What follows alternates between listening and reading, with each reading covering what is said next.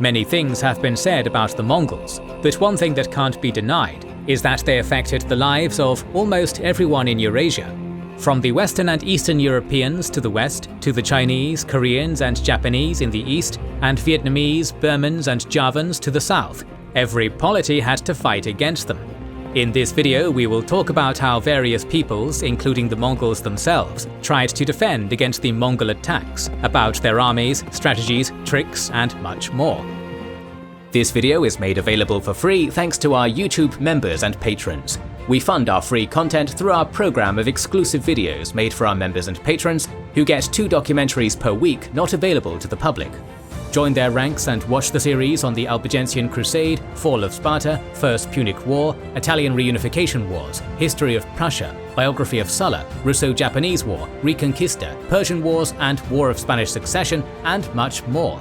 All this is made for and with generous donations from our backers. So if you're enjoying our content and want to see more and support the cause of history, consider becoming a YouTube member or patron.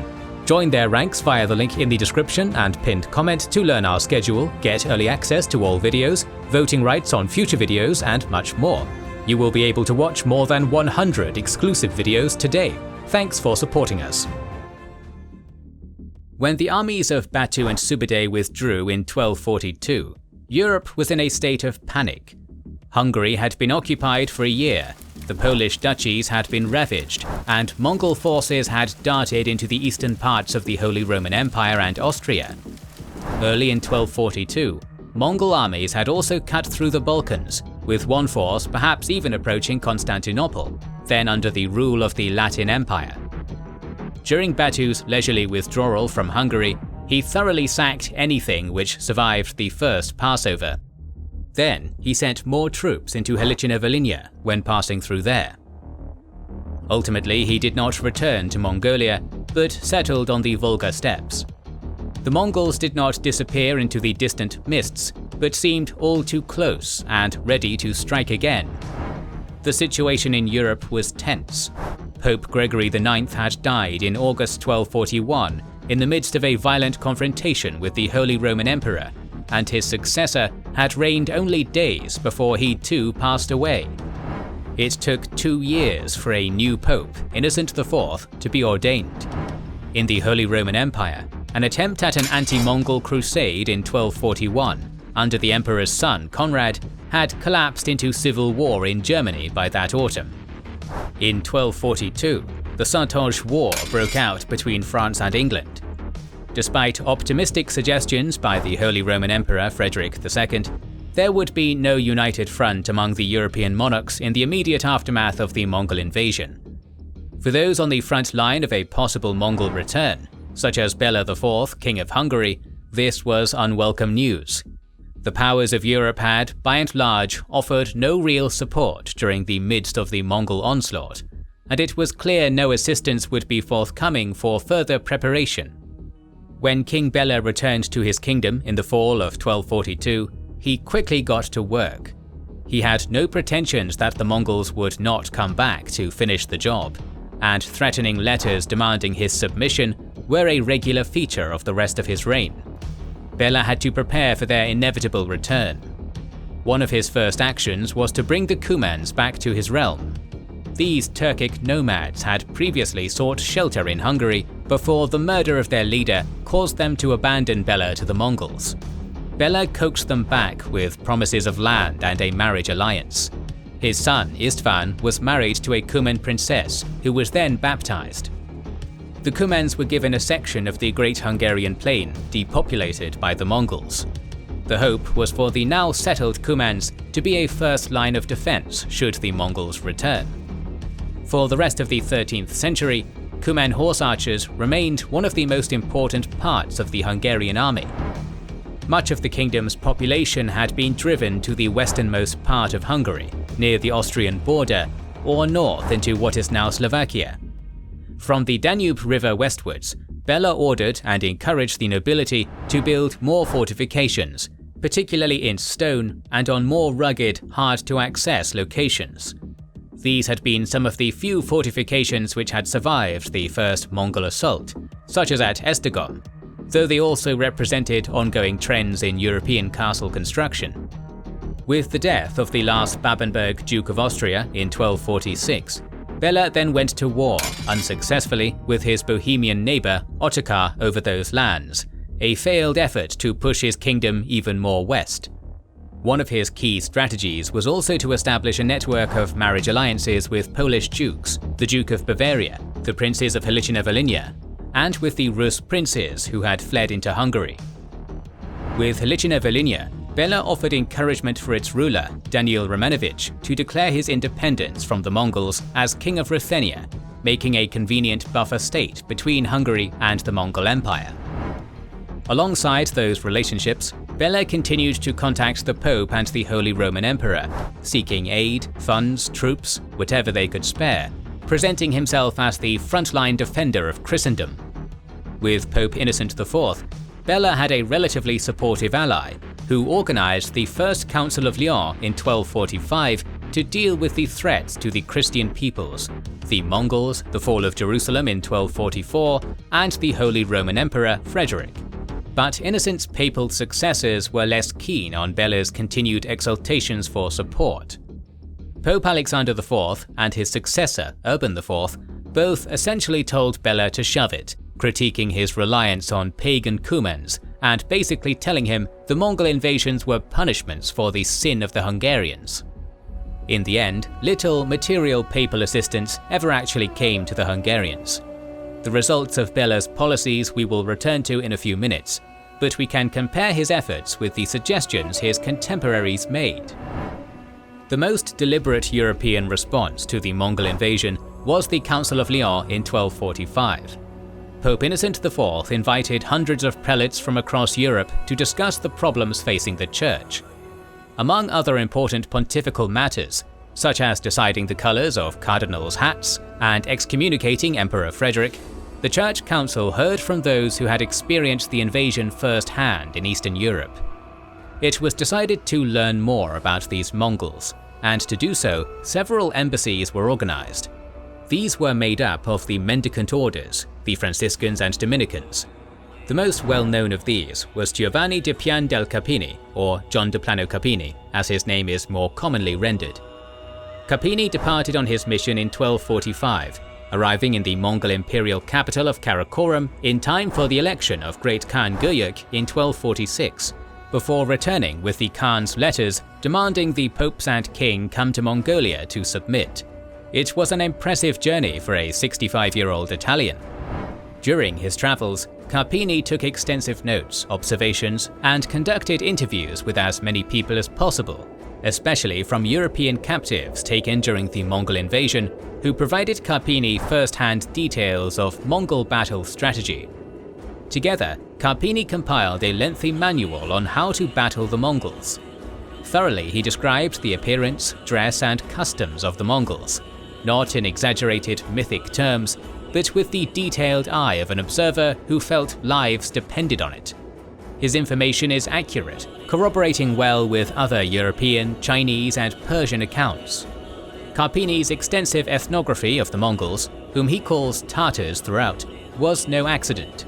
One of the key strategies he suggested was recognizing the difference between the Mongols and the people they ruled over, for Carpini believed that should these people be freed, they would fight against the Mongol menace. Indeed, unity in the face of the Mongols was one of Carpini's primary arguments for a successful defense. Carpini was quite aware of the disunity within Europe, even in the face of the previous Mongol attack, and Guyuk Khan himself told Carpini that he was preparing to finish the conquest. Carpini's work stressed the need for cooperation between European powers, both at diplomatic and strategic levels, that is, to not allow one kingdom to face the Mongols on its own, and at operational and tactical levels.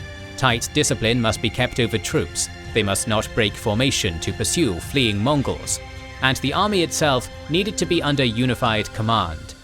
No single power or army, Carpini stressed, could stand against them. Most of Carpini's suggestions were to emulate the Mongolian army. Scouts should always be on watch day and night, while the army itself should be organized in the Turco-Mongolian decimal structure to ease command. The army had to advance or retreat together, follow orders, and not break off into small parties that could be picked off piecemeal. In Karpini's view, the Mongols had to be defeated in the field. He actively discouraged hiding in castles. Doing so, he argued, only allowed the Mongols to overrun the countryside and kill whoever they came across. A castle was worth nothing if the kingdom was reduced to ash and its people were taken captive. While he offers advice on how to design fortifications to resist the Mongols, this was a last line of defense, rather than a primary means of protection. Karpini's suggestions for castle design mirrored ongoing efforts in Hungary at the time. That is, on elevated positions, difficult to target by siege machines, well supplied, with deep ditches and well-built walls. But Karpini urges the defenders not to base their entire defense on such forts.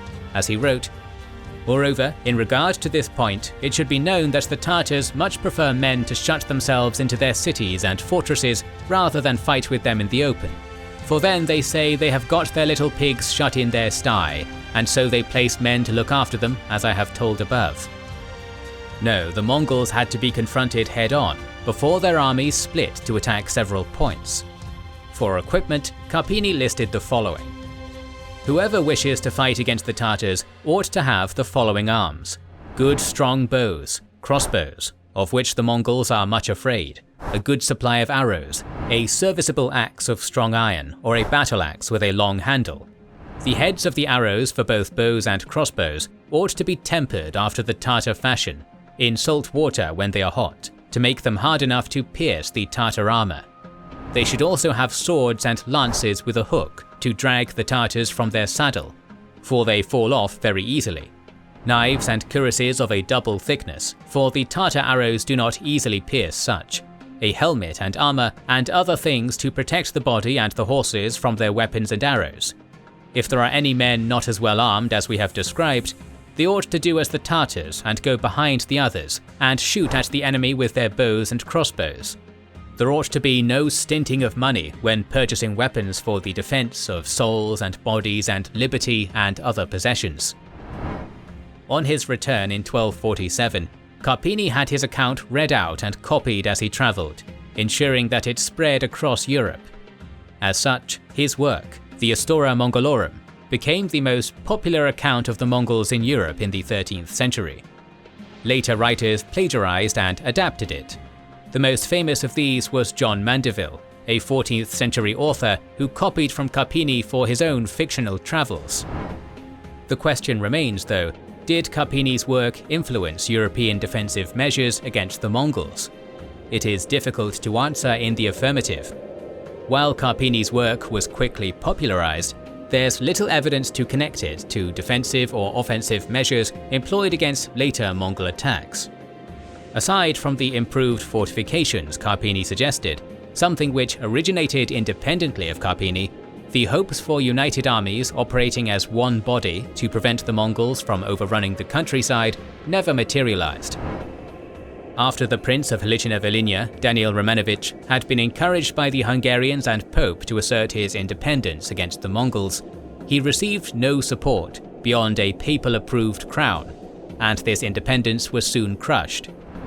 The 1260 invasion of Poland by Borodai Noyan was immensely destructive, more so than the first Mongol attacks, according to the Polish chronicler Jan Długos.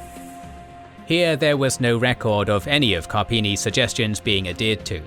The Poles received no outside aid, and the battles were all sieges, in which the Mongols overran quickly the Polish defenders. The Mongols retreated laden with booty and captives, having been given free roam to ravage the countryside. In Bulgaria, the Jochid Prince Nogai's troops plundered annually over the 1270s. Only in 1283 did Nogai's troops, commanded by a Byzantine ally, meet significant military defeat against the Serbians during a failed crossing over the River Drym. Nogai and Prince Telebuka led a large attack on the Hungarian kingdom in 1285. Here, the defensive measures of the late Bela IV were put to the test, and once more no influence of Karpini's suggestions can be determined. The Cumans, who Bela had so carefully recalled to the kingdom, revolted at the start of the 1280s, in response to Christianization efforts led against them. Though the revolt was put down in 1282, many of these Cumans fled the Hungarian kingdom outright, a number defecting to the Golden Horde, thus unravelling Bela's intended offensive arm against the Mongols. The second Mongol invasion of Hungary is only poorly covered in the extant primary sources, though study of these sources has advanced our knowledge of the campaign since even our own video on it. While it remains a popular claim in online circles to assert that fierce European heavy cavalry under King Laszlo routed the Mongol armies, there is no surviving source that describes any such encounter. Charters issued by Laszlo seem to indicate that he stayed in the western part of the kingdom, mostly in Buda and Pest, throughout the Mongol assault. As archaeologist Mikhail Holeschak noted, it seems unlikely that a king so beleaguered and suffering from harassment from the church and his barons would have missed an opportunity to glorify a victory over the Mongols had he one to share. Instead, the campaign was largely one of small skirmishes and short sieges. The Mongols seemed unwilling to besiege major sites and ravaged the countryside instead, and when they began to withdraw in the spring of 1285, the sources described them as carrying a considerable amount of slaves and booty. It seems up to that point, the campaign was by and large successful. Carpini's doctrine here evidently played no role in the defense.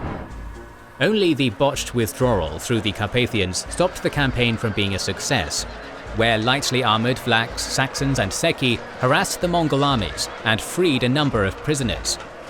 As reported in sources from Poland, the Rus principalities to Egypt, Telebuka's army was lost to severe weather, epidemic and starvation, turning the mission into a disaster. It seems that Carpini's suggestions were not heeded in Hungary. When Nogai and Telebuka, now Khan of the Golden Horde, attacked Poland in 1287, the campaign was much less successful. Major cities repulsed the Mongol attacks, and the Mongols had to be content with pillaging the countryside and undefended areas. But Carpini would have found some solace in the fact that some Hungarian lords travelled in Poland to provide assistance against the Mongols. This was the closest to a united military front ever offered. The 1280s marked the last of the major Mongol attacks on Europe. Raids launched by the Golden Horde continued well into the 14th century, but these were on a considerably smaller scale. Throughout the first half of the 1300s, Khan Uzbeg showed a remarkable willingness to negotiate for diplomatic settlements when he, the Polish king, and the Lithuanian Grand Duke butted heads over Halychina Volhynia. While Uzbeg wasn't afraid to threaten a Mongol invasion, his desires to conquer the Ilkhanate stopped him from ever committing any real strength to the far west. But after Uzbeg's death, the balance shifted. The ravages of the Black Death, ecological and economic catastrophes, and repeated civil wars left the Golden Horde in a state of anarchy from 1360 through to 1380. After being stabilized by Toktamish Khan, the Horde was once again plunged into turmoil with the invasion of the great Emir Tamerlane. In the midst of this, the rulers of Hungary, Poland and Lithuania invaded the Horde's western lands. The Lithuanians took Kiev and drove to the Black Sea. Unfortunately, the sources generally offer little detail into the specifics of a given victory. Strong cavalry forces marked much of these armies, with their own horse archers. They were the types of forces which, ironically, often fared the best against the Mongols, as was the case with the Mamluk Sultanate of Egypt and the Delhi Sultanate. Thus, Carpini's suggestions had little influence on the actual successes European armies did have, but in regard he was quite correct. When the Mongol armies were no longer providing a disciplined, united front, they fell victim to the armies that could. Eastern Europeans also had to deal with the Mongols. We will focus on the princes of Halych and Volhynia, today the western part of Ukraine, and on the lives of Danilo Romanovich and his brother Vasilko. They were the sons of Knyaz Roman Mstislavich, who became the powerful prince of the Rus principalities in the late 12th century, becoming Grand Prince of Kiev, renewing an alliance with the Byzantine Empire, and inflicting crushing defeats on the nomadic Kuman people. He even intervened in the war between Hohenstaufen and Welfs in the Holy Roman Empire, and was killed campaigning against the Welf's Polish allies in 1205. His sons, Danilo and Wasilko, were no more than 4 and 2 years old. Halych-Volhynia fell to independent boyars and rival Kniaz, while Hungary, the Cumans, Poland and the Lithuanians tried to raid or exert control. The city of Halych switched hands constantly, the young Danilo Romanovich fighting almost every year for his birthright. The Hungarian king, Andras II, for instance, installed his son Kalaman there as Prince of Halych. Steadily, the Romanovici brothers brought their family back to influence. Alliances turned quickly. Danilo and Wasilko would ally with the Poles and Hungarians in one year and fight them the next. Plots and rebellions challenged them regularly. Danilo and Wasilko grew up fighting, soon becoming warriors famed for their strength, courage and skill, who took lead roles in combat. Gradually, they reclaimed their family lands throughout Halych and Volhynia, though the city of Halych itself remained under constant threat from Hungarians and rival Kniaz. By the start of the 1220s, the young princes were among the fiercest warriors in all the Rus lands. Danilo Romanovich was among the many princes, boyars and knas who attended the Great Council in Kiev, listening to the accounts of terrified Cumans seeking assistance against a frightening enemy from the east. A great host of Rus and Cumans, some of whom had been baptized to seal the coalition, marched into the steppes in the spring of 1223. Danilo was one of the princes leading parties to observe this new foe, eager to make a name for himself with his courage, and to make a worthwhile comparison to his late father's and ancestor Volodymyr Monomach's victories over nomadic foes. But the Mongols would not be accommodating to the young prince's desires. The Rus princes, their retinues and the Cumans fought as skilled horse archers, with the Rus better equipped. They made a good show of themselves in the first skirmishes, capturing great numbers of Mongol cattle. They captured and executed a Mongol commander who had been scouting out the coalition. The Rus chronicles record the great excitement of the Cumans at getting their revenge on this Mongol leader, whom they called Gemya Bey. In the opinion of historian Stephen Powell, this was the ultimate fate of Jebey Noyan, one of the greatest generals of Chinggis Khan. Jebey's co-commander, Subedey, could not let this go unpunished. The Rus and Cumans pursued the Mongols deeper into the steppes, until reaching the Kalka River, where Subedey's troops turned about and crushed the alliance. The Halych-Volhynian Chronicle records Danilo Romanovich fighting fiercely but suffering a wound to his chest, which, through adrenaline, he did not realize he had incurred until during the bedraggled retreat from the battle. So ended Danilo's first encounter with the Mongols, but it would not be his last. Though regarded as the greatest defeat the Rus princes had ever suffered to that point, it did not stop their continued fighting. The principalities remained a mess of shifting alliances, and the Romanovici grew in strength. The Halych-Volhynian Chronicle reports that from 1227 onwards, Danilo and Wasilko knew no peace. They continued to battle Poles, Hungarians, Lithuanians, rival princes and Cumans, suffering defeats and enjoying victories. Relations with the Hungarians eased after the death of Andras and his son Bela IV's ascension as Hungarian king. Over the late 1230s, Danilo and Wasilko visited Bela and began negotiating a marriage alliance between their families. Danilo was on one of these trips in 1240 when the Mongols attacked Halych-Volhynia. Like many Rus princes, Danilo seems to have failed to take heed of the fall of the eastern principalities. In late 1239, as the Prince of Kiev, Mikhail Vsevolodovich, fled the city with the approach of the Mongols, Danilo was content to appoint a boyar, Dmitro, to govern it on his behalf, before departing for Hungary. This Dmitro commanded the city when it fell to the Mongols in the winter of 1240. Surprisingly, we are told the Mongols spared Dmitro because of his courage, and that he urged Batu to attack Hungary. Danilo learned of the Mongol attack when he encountered waves of refugees on his way back to Halych. Riding with only a small escort, Danilo fled into Poland, where he found his wife, children and brother Wasilko had also escaped. Late in 1241, after the Mongols moved into Hungary, Danilo and his family returned to Halych-Volhynia. The sight that awaited them was beyond comprehension. We are told that they could not enter the city of Berestia on account of the stench of the corpses. At the city of Vladimir, not a single person was seen alive, its Church of the Blessed Virgin filled with the fallen. Whatever pain and anger Danilo felt, he did not let it despair him, but turned his wrath instead against the boyars, many of whom refused to listen to him or acted as independent lords. But Danilo's campaign had to be called off, with the return of Batu and Subaday's great host from Hungary. The Mongols dispatched a portion of the army to track down Danilo. He evaded his pursuers, though they wreaked more damage on the country as far as Volodava. Even then, the shadow of the Great Khan was not far away. Despite the common claim, the Mongol army did not retreat to participate in an election in Mongolia. Batu only went as far east as the Volga River, and began dividing up the western steppes to his princes and generals, assigning tax collectors in Rus lands, and putting down a Kuman rebellion in the steppe. One of Danilo's most hated enemies, Prince Mikhail Vsevolodovich, was put to death on Batu's order, for failing to show proper reverence to an icon of Chinggis Khan.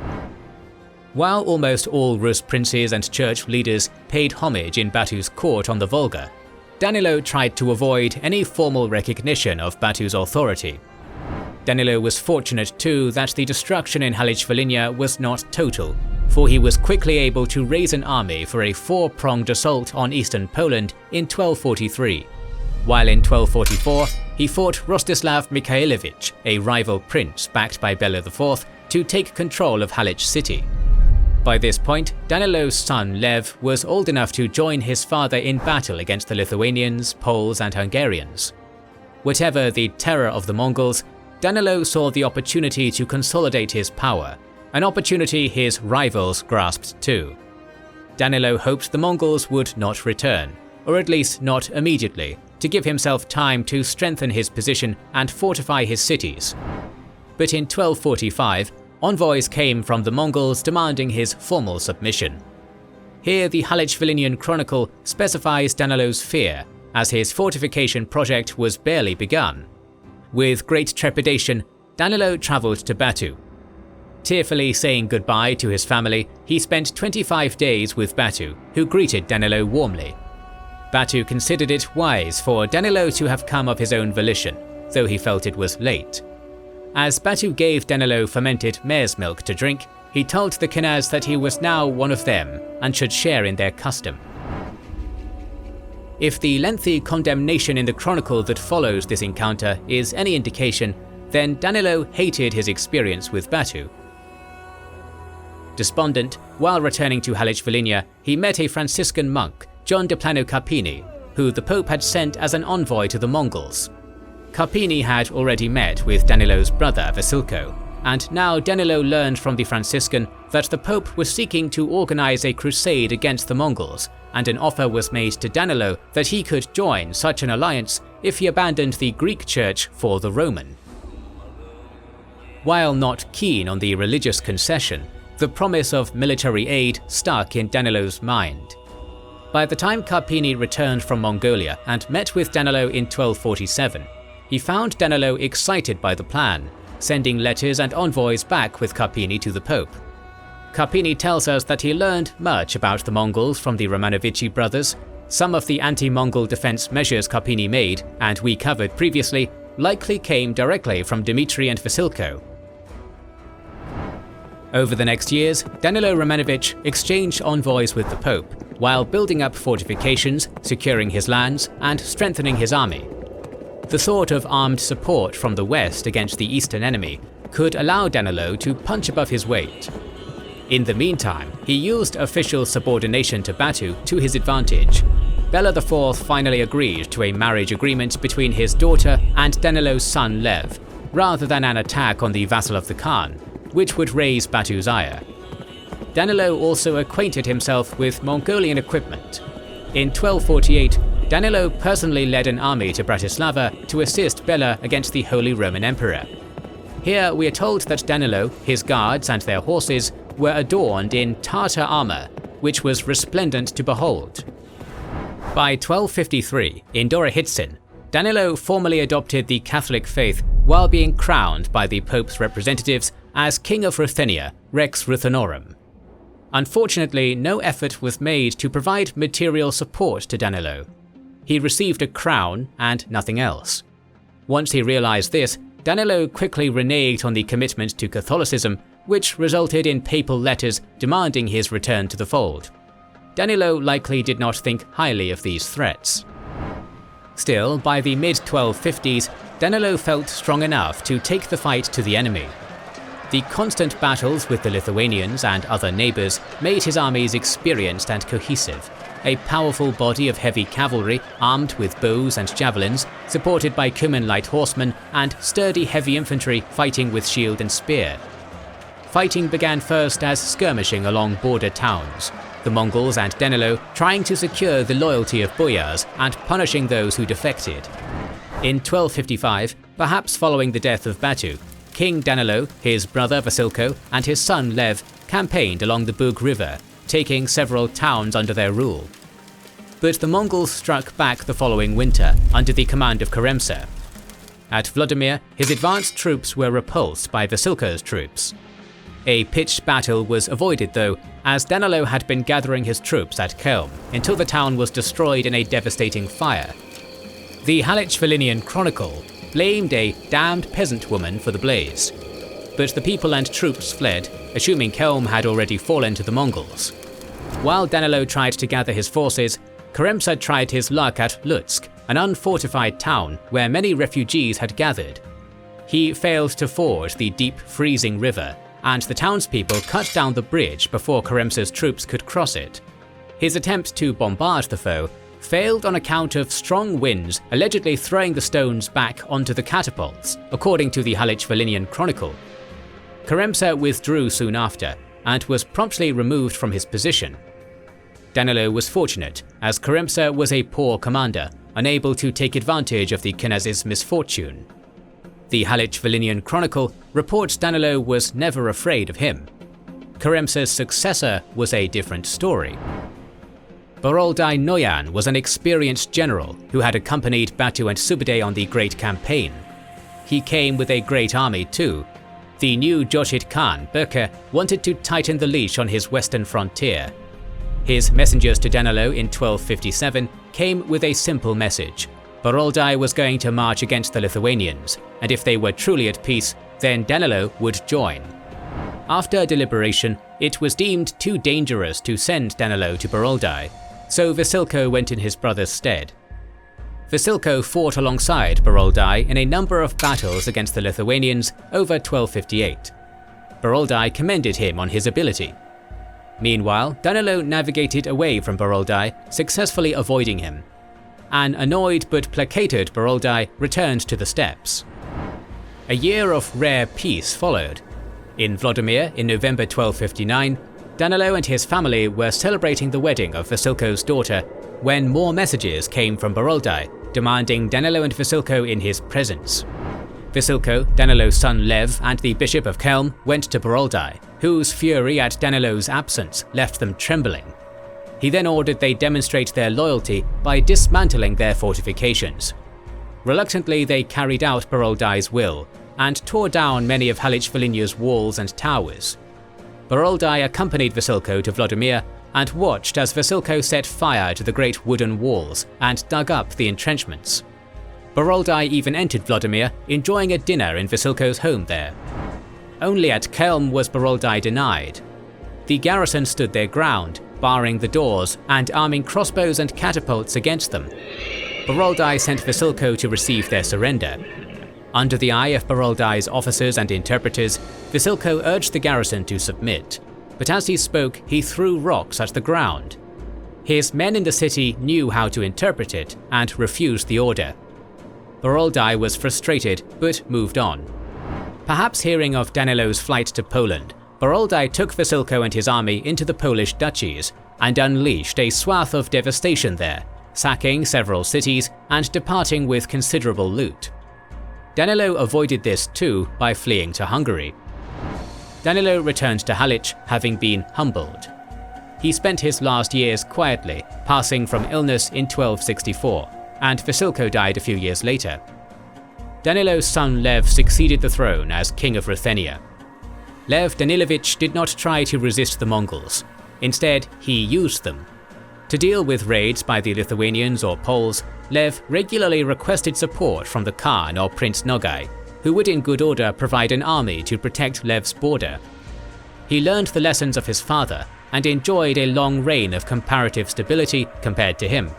The rule of his family continued into the early 14th century.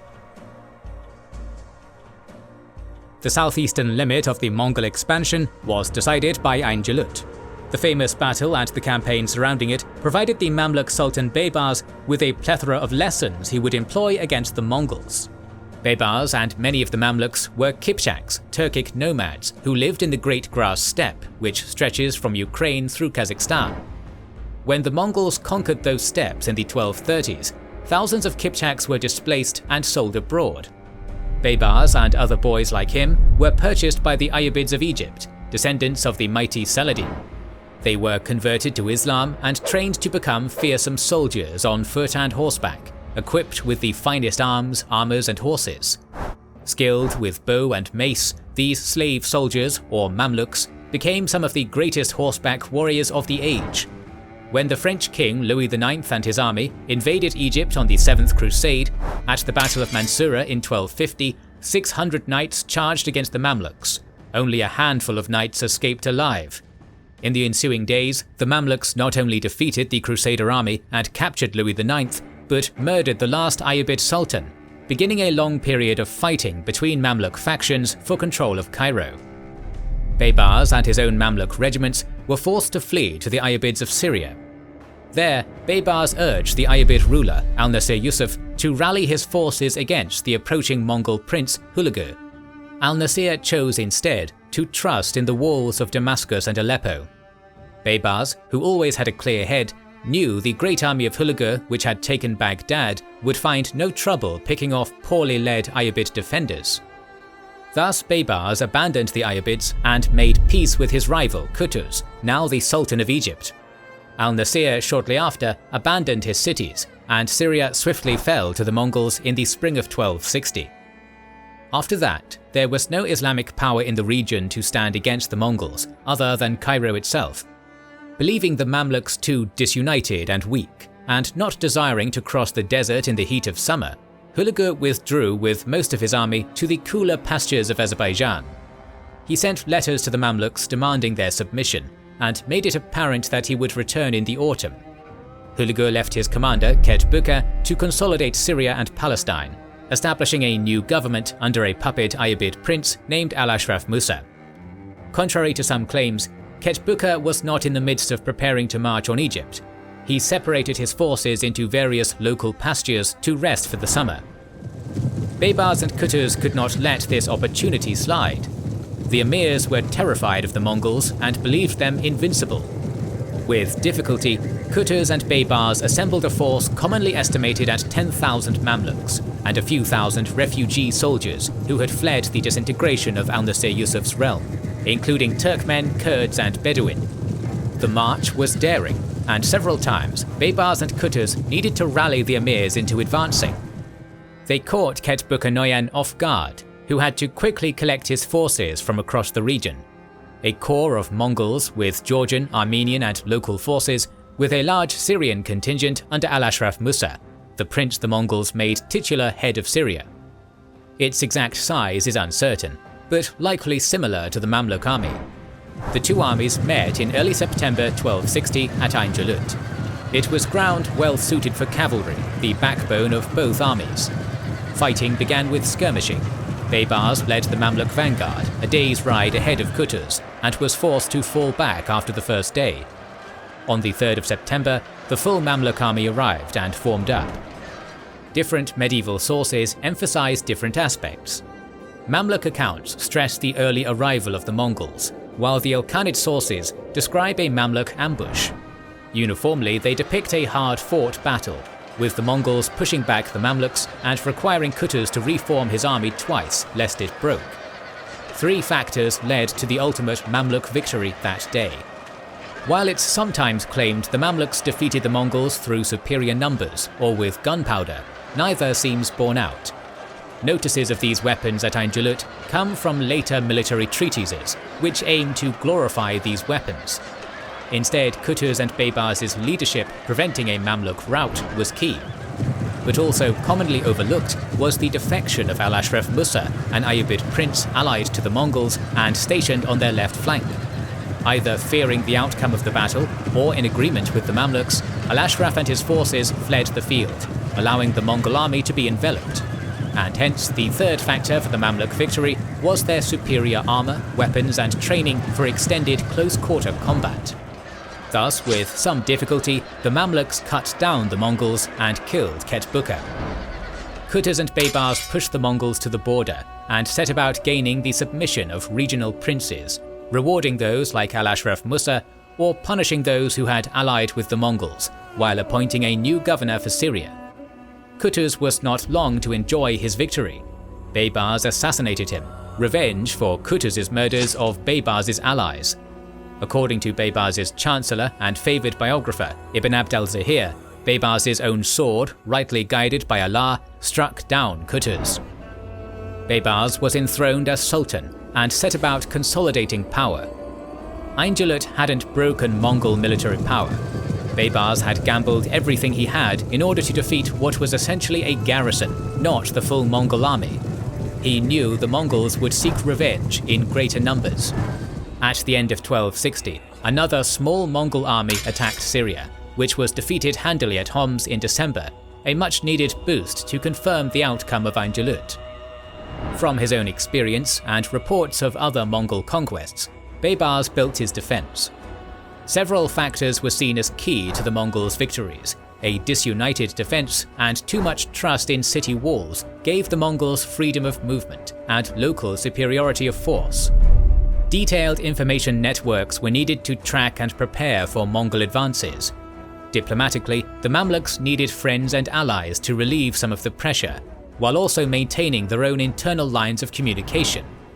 In effect, to prevent the situation al-Nasir Yusuf had experienced.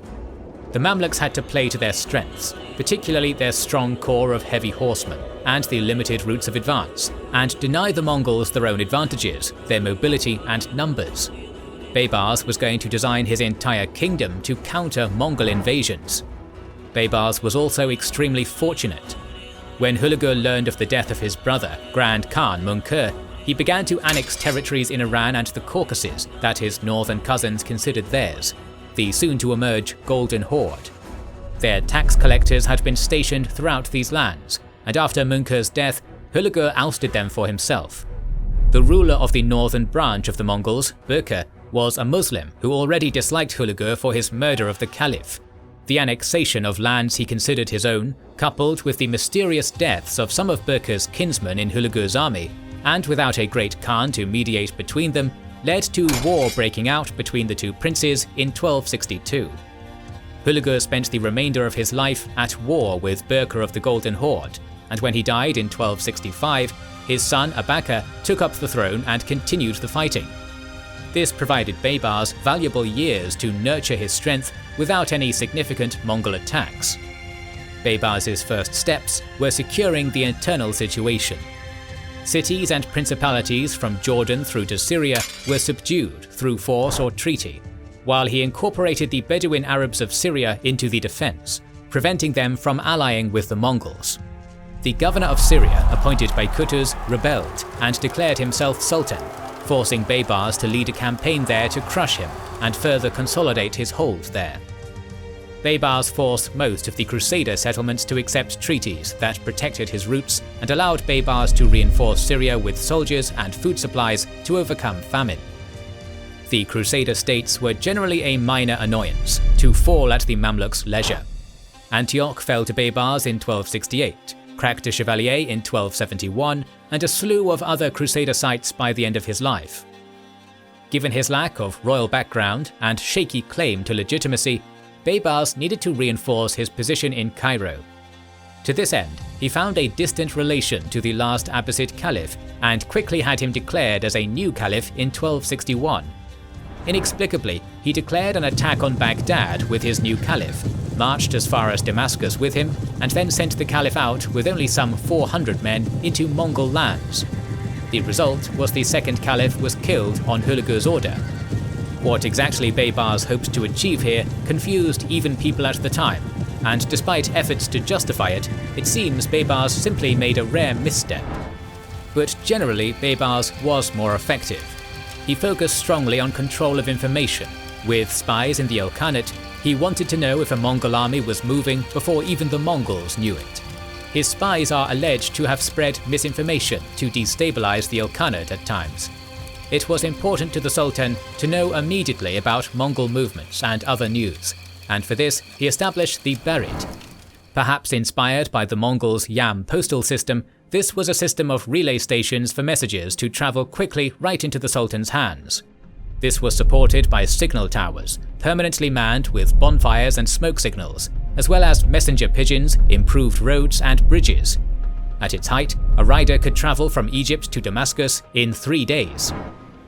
He also refocused the fortifications of the region.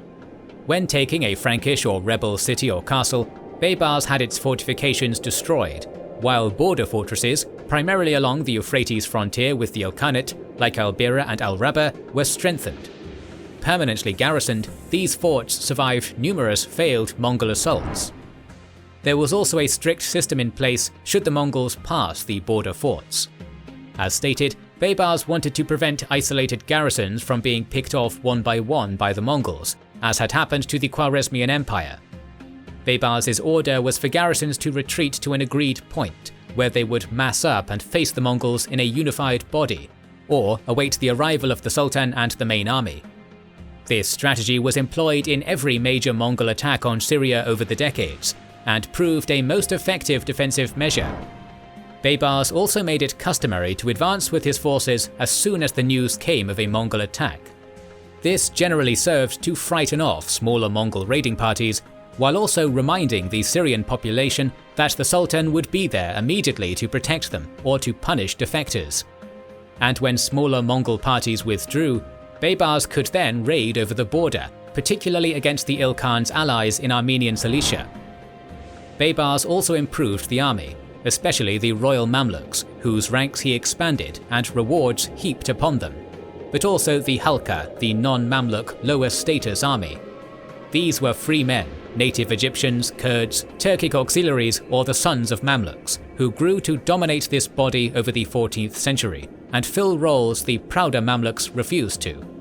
The Mamluk garrisons in Cairo, particularly of the Berea, Mamluks to whom Baybars belonged, were reinforced, with hippodromes built in the city to train them, which also served to give entertainment to the population, while also reminding them of the Sultan's power.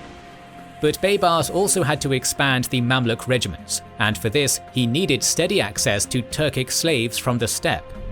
For this, Baybars made treaties and encouraged good ties with the Genoese and the newly restored Byzantine Empire under Michael VIII.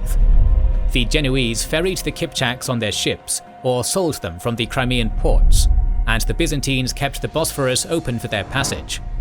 But most importantly, Baybars needed the cooperation of the Mongols in the Golden Horde to allow this trade in the first place, or to stop them from harassing the Byzantines.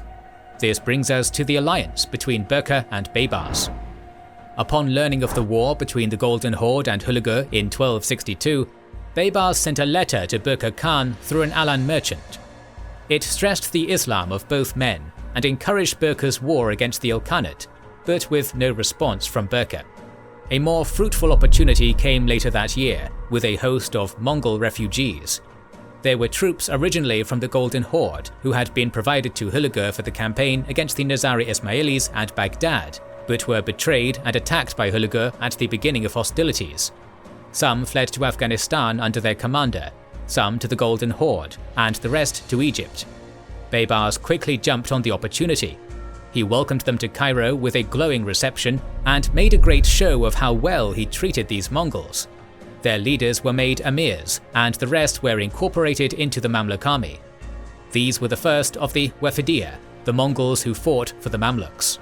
They were far from the last. Periodically, other Mongol refugees fleeing turmoil in the Ilkhanate, captured by the Mamluks after a victory, or sold as slaves during Mongol civil wars, ended up in Mamluk Egypt and incorporated into the army and elite. In time, some became the most powerful men in the Mamluk state. One, named ironically Ket Buka, even became sultan in the 1290s. The longest reigning Mamluk sultan, An-Nasir Muhammad, had a Mongolian mother, and Baybars himself took 3 Wafidiya women as wives. They gave Baybars deeper knowledge of the Mongol army.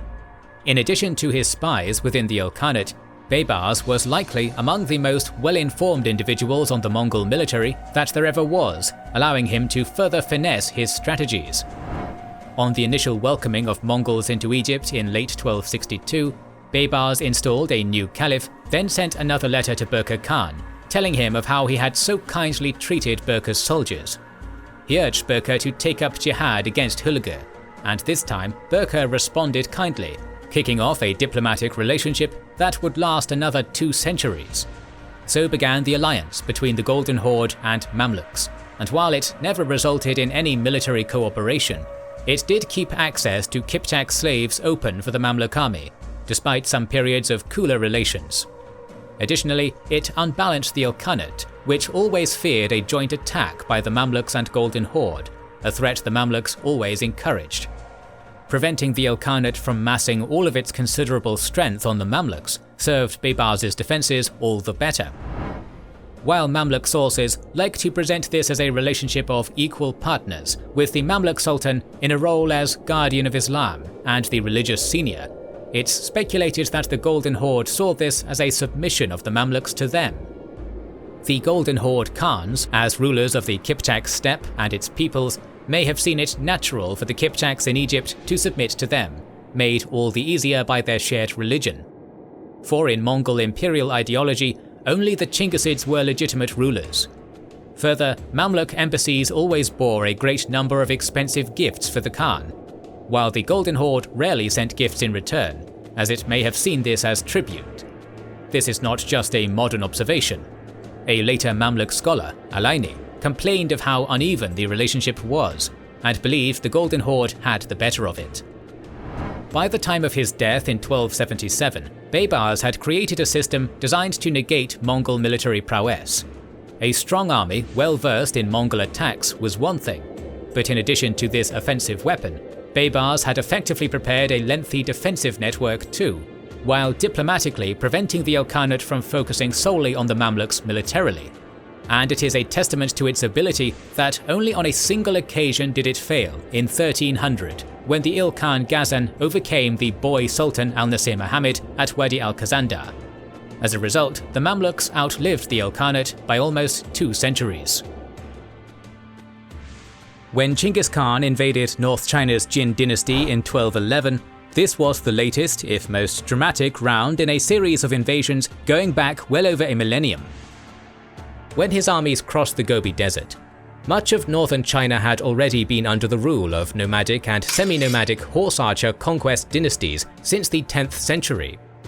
From active defense to dissuasion and everything in between, all sorts of tactics and strategies had been employed, with varying levels of success, to stymie the advance of the nomads. These relationships were not uniform, but we can observe some general trends. Firstly was the difficulty for Chinese armies to operate in the open steppes of Mongolia. Nomads subsisted off their herds, who survived off the veritable ocean of grassland. For Chinese armies, reliant on baggage trains and products of farmland, the steppes seemed a desert. Additionally, more mobile nomadic armies generally avoided direct conflict with Chinese invaders, dragging them along as their supplies wore thin and striking when they weakened, or dispersing utterly and denying confrontation at all. Though these challenges could be met by skilled commanders, like the Yongle Emperor of the Ming dynasty, for lesser generals it led to humiliating disasters.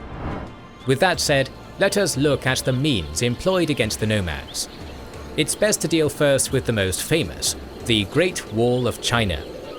Though Chinese border fortifications go back before even the first imperial unification by the Qin, the Great Wall of China is the single structure that has survived history.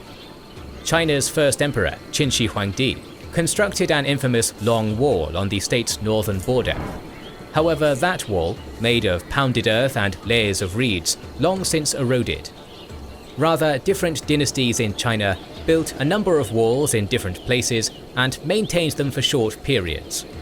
The iconic winding structure that stands today was built by the Ming dynasty during the 16th century, some 400 years after the Mongol conquest of China.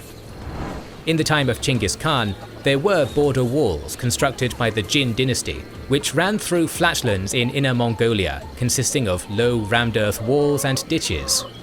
But the tribes manning these fortifications submitted to Chinggis Khan and allowed him free passage. Border walls were neither the first nor last line of defense. They served three primary purposes. First, dissuading nomadic attacks along a certain route. Second, a signaling service to alert of enemy attacks and give time for garrisons behind the wall to mobilize for the threat. And third, control over border trade. Chinese dynasties often restricted the sale of weapons to the nomads, and building their border walls could, in theory, control this trade or funnel it to a select few choke points for tax purposes. Over-reliance on walls as pure defensive structures were usually signs of the dynasty's weakness, as occurred in the late Ming period after the humiliation of the Tumu crisis in 1449, when Mongols captured the Ming emperor and besieged Beijing. After this, the Ming began the expansion of the Great Wall to first protect the route to Beijing from the north, and gradually almost the entire northern frontier. Generally, the actual first line of defense against nomadic attacks was prevention. That is, dissuading them diplomatically, or encouraging the nomads to fight each other. A common tool of persuasion was extensive gift-giving, essentially a sort of Danegeld to buy off the nomads before their attack. Though more than one court official bemoaned this as humiliation, it was considerably cheaper than an actual invasion. While sometimes it is claimed these treaties intended to civilize and weaken the martial ability of the nomads with Chinese culture, there isn't great support for this. For nearly the first century of its existence, China's illustrious Han dynasty had to recognize the Xiongnu rulers in Mongolia as equal brothers who were owed annual tributes, known as the Heqin Treaties, sending mammoth amounts of silk alongside grain, princesses, and other treasures. As a means to civilize the barbarians, they rather failed, and appears a retroactive justification. The Han had more success against the Xiongnu by encouraging revolt among its vassals and princes and strengthening its rivals, coupled with a few well-placed campaigns of its own. The most effective means of defense was preventing nomadic unity through divide and rule tactics. Over the 10th to early 12th centuries, Eastern Mongolia and parts of North China were controlled by the Liao dynasty, which was ruled by the Khitans, a people related to the Mongols. After their conquest of Mongolia, they established garrisons, forts, and towns across Mongolia, and ruled through what is called a dual administration, using customary law of Khitans and other nomads in the steppe, and Tang dynasty laws for its Chinese and Bohai population. In addition to garrisons and a more familiar law, the Liao dynasty also reorganized the population of the Mongolian plateau into a number of bu, which can be translated as unit, department, or tribe. This saw the removal of existing nomad leaders and their replacement with loyalists to the Liao dynasty, each given an allotted region to call their own, while also serving as units for taxation and administrative needs. This method kept the Liao secure on their steppe border, though less so on their northeastern border, where the Jurchen people in Manchuria eventually rose up, toppled the Liao, declared the Jin dynasty, and conquered North China. However, the Jin did not take Mongolia, and with the passing of the Liao garrisons, the steppes were in a power vacuum. Groups like the Keriid, who had not been under direct Liao control, grew to become the most powerful, while others, like the nascent Mongols, ruled by the grandfathers of Chinggis Khan, were becoming a nuisance. Here, the Jin employed a very different technique than the Liao. They made the peoples along their borders their vassals, who manned the lines of fortifications the Jin built in the steppes just south of the Gobi, and provided titles, luxury goods, beneficial trade ties, and military support to those specific groups. For the second half of the 12th century, this was chiefly the Tatars in eastern Mongolia who acted as the enforcers of Jin interests, and stopped any other group from becoming too powerful. and when the Tatars grew too rebellious, the Jin switched their support to another people, who would then push down the Tatars. In the 1190s, this was a Kiryat Khan named To'oril and a rising Mongol warlord named Temujin. Unfortunately for the Jin, while their attention was distracted by internal troubles and war with the southern Song dynasty, this warlord in the north went on to subjugate the nomads. In 1206, he declared the Mongol Empire and took a new title, Chinggis Khan. Soon after, he took his new nation on the offensive against the Jin. What did the Jin do to confront the Mongol attack? As already noted, the Jin's border guard largely submitted to the new Mongol emperor. Yet the Jin themselves were no meek force, and arguably held the single greatest military in the world at that time. At their core were the Jurchen horse archers and fearsome heavy cavalry, supported by Khitan horsemen and thousands upon thousands of Chinese infantry and crossbowmen. As the North China Plain is divided from the Mongol steppes by the Yan Mountains, the Jin defense focused on the select navigable passes through them, which were guarded by strong gates and towers. The Jin reinforced these gates, spreading caltrops and ditches before them. Fierce fighting followed, but the Jin were overconfident. The Mongols relied on deserters, spies and scouts to inform them of Jin positions, allowing them to find unguarded passes and exploit weakness. To overcome the Jin forts while lacking their own siege tools, the Mongols employed feigned retreats in abundance, and haughty or revenge-seeking Jin defenders fell for it with startling regularity. The Jin were hampered by poor leadership. Within the first 2 years of the war with the Mongols, the Jin's offensive and political capabilities were ground down. A coup in 1213 and the new emperor abandoning the central capital of Zhengdu heralded this. Soon after arriving in the new capital of Kaiping, the new Jin emperor launched a large invasion of the Song dynasty to the south. The further division of the strained Jin forces weakened their ability at organized resistance. Many cities were simply left to their own devices against the Khan's horsemen. With the accession of a new Jin emperor in 1224, and the absence of the main Mongol armies in Khwarezm, and peace between Jin, Song and the Tangut Kingdom, efforts were made to better prepare against the Mongols. The Yellow River now stood as the primary barrier between the Jin state and the Mongol Empire, and the few routes around or over it were given extra garrisons and reinforced. This also saw the creation of a new army to better combat the Mongols. Called the Loyal and Filial Army, this was an army specially made for anti-Mongol activities. Composed of captives and deserters from the Mongol army, it was a mixed force of northern Chinese, Tangut, Uyghur, Naiman and Kipchak origin, fighting as mounted horse archers like the Mongols. Paid triple that of regular soldiers and armed with fire weapons, this became the vanguard of the new Jin offensives to reclaim their lands. Shortly after the enthronement of the new Great Khan, Ugade, news came that this army inflicted several serious defeats on the Mongols. One of these was even against a rising Mongol general named Subedai, whom a furious Ugade nearly removed permanently from command in his wrath. The Jin were at their most effective when they fought the closest to the Mongols. However, this final effort was too little too late. By 1234, in alliance with the Song dynasty, the Mongols crushed the last of the Jin resistance. Soon after, the Mongols and Song were also at war. Here, the Song frontier differed from the Jin experience. The Song had fought with armies of horsemen back to Khitan invasions, when one of their strategies had been planting a belt of forests along the frontier to break up Khitan cavalry formations. The Song territory was less forgiving to cavalry, both hillier and damper, cut by many rivers, marshes, wetlands and rice fields that could rot the hooves of horses and spread disease among the northerners. The Song dynasty's modern reputation for military incompetence is undeserved, though. The resistance of the southern Chinese was some of the fiercest the Mongols would face. The Song's large cities were protected by mighty walls and wide moats. Border forts and walls guarded major routes, while the Yangtze River served as an immense natural barrier, patrolled by the Song navy. The Song employed all manners of defensive weaponry, from counter-artillery catapults and giant crossbows, fire lances and bombs, to well-armoured infantry protected by long spears and stout shields.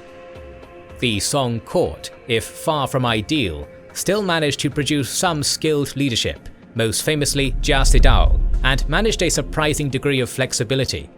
While the Mongols often deeply penetrated Song borders, rapid mobilization of several Song armies made it difficult for Mongol gains to be held, and often these cities were retaken soon after the Mongols passed. In Sichuan province, there was fierce resistance in over 40 years of almost continuous warfare, which bogged down Great Khan Mungke and cost his life from infected waters in a siege, while Song defenders killed his top generals. The Song defense was based around employing the maximum amount of friction against the Mongols, hoping that their tenacity would eventually wear them down. It proved, however, a misplaced strategy. Courtly infighting and the arrogance of Chancellor Jia Sidao struggled to deal with the economic cost of the decades-long war. Court expenses didn't end, as more and more finance and manpower was thrown into the conflict. Despite its immense population, the Song struggled to field enough troops against the Mongols, who were mobilizing not just Mongols and men from across northern China, but from across Asia. Turkic horsemen, siege engineers from the Ilkhanate, and shipbuilders from Korea were all compiled for Kublai Khan's conquest of the Song. The vigor with which the Mongols approached the Song war outstripped that which the Song could produce, and finally, after tremendous effort, the last of their holdouts fell in 1279. The expulsion of the Mongol Yuan dynasty from China in 1368 did not end Mongol attacks, and the new Ming dynasty had to relearn how to defend against them. The early Ming period saw invasions of Mongolia, some led by the Yongle Emperor himself. This disrupted life in the steppe, destabilized the northern Yuan, and won a number of victories, but never resulted in conquest or definite gains. Under the Yongle Emperor's watch, the Ming encouraged rivalries between the Western Mongols, the Oirat, and the Yuan remnants, sending supplies and titles to both parties, helping create a division in Mongol society and never letting either become too powerful. But the Yongle Emperor's death in 1424 ended the most effective campaigns and political meddling, which allowed the Oirat, under their leaders Tokhun and his son Esen Taishi, to dominate Mongolia by the end of the 1430s. The few Ming armies sent against him were crushed, as Esen Taishi campaigned from Manchuria to Central Asia. The Ming decided to instead cut off trade with Mongolia entirely. In response, Esen Taishi began raiding the Ming border. When the young, inexperienced Ming Emperor tried to face him in battle directly, Esen Taishi captured him in 1449 and laid siege to Beijing. In reaction to this humiliating failure, the Ming went on the defensive, beginning their Great Wall along their northern border. Even still, northern Yuan armies penetrated the frontier, and in 1550, Altan Khan laid siege to Beijing again. The greatest protection the late Ming received was the breakup of this renewed Mongol unity, and the growth of rival aristocrats in Mongolia itself as the Khan's influence waned. This precipitated the expansion of the descendants of the Jurchen, the Manchu, under Nahadzi and his Huang Taiji, who managed to diplomatically isolate the last remaining Chinggisid monarch in Mongolia, Ligdan Khan. With Ligdan Khan's death in 1634, his son submitted to the Manchu and their newly established Qing dynasty. With the young Khan as their subject, the Manchu managed to take submission through threat, force, or diplomacy of almost all the Mongols. Here, the Qing employed the actions of the Khitan Liao. Mongol political units were broken up and reassigned to Qing loyalists to make a new aristocracy, and thus dismantle the network that would previously have led revolts. Mongol horsemen thus accompanied the Qing in the conquest of China in the coming years. Though sporadic Mongol revolts broke out, they were too few and disunited against the immense Qing armies, well armed with ample gunpowder weapons, to pose an existential threat, though they certainly alarmed the Qing. The conquest of China opened the road to Korea. The 13th century kingdom of Koryo, ruled by the House of Wang, had successfully resisted previous northern invasions by the Khitan Liao and Jurchen Jin, who had also fought as horse archers like the Mongols. Generally, the Koreans entered into beneficial tribute relationships with these states in order to maintain peace. After 1170, the Korean kings were reduced to figureheads, while military dictators acted as the de facto rulers of Korea. General Choe Chung-hon took power in the 1190s, beginning the military dynasty that would rule over Korea throughout the Mongol conquests. The 1211 Mongol invasion of the Jin Empire, Koryo's northern neighbor, brought unease to the peninsula. The Korean ambassador to the Jin was killed in the fighting, while new breakaway states and Jin deserters began to harass Korea's border at the Yalu River. In autumn 1216, several thousand rebelling Khitan horsemen blazed through the frontier. Skilled horse archers, the Khitans drove deep into Korea, menacing the capital, modern Kaesong. With effort, the Koreans halted their advance. Unexpectedly, in the winter of 1218, the Mongols sent some 30,000 troops into Korea with a simple message to the Koreans. They would crush the rebel Khitans, the Koreans would provide troops and supplies to assist with this, and then would pay tribute to the Great Khan. After a brief delay in answering, the Koreans acquiesced, sending 1,000 picked troops and 1,000 bushels of rice. The rebel Khitans were crushed, and Korea began sending tribute to the Mongols in 1219. Korea's first Mongol experience was relatively peaceful. Though forced to send tribute, their cities had not suffered. The dictator Choe Chung-hon's advancing age, failing health, and desire to pass his rule onto his son stopped him from provocating. A keen observer, he had judged the danger of this new foe, expecting the relationship would differ little from Liao or Jin's tribute demands. Choe Chung-hon died in late 1219, and was succeeded by his oldest son, Choe-yu. A military man like his father and decisive leader, Choe-yu helmed Koryo for the next 2 decades. Choe-yu detested the Mongols' demands, especially for valuable otter skins, desired for their water-resistant properties. While Chinggis Khan was absent in Central Asia, his chief commander Mukhali had been left to maintain pressure on the Jin dynasty.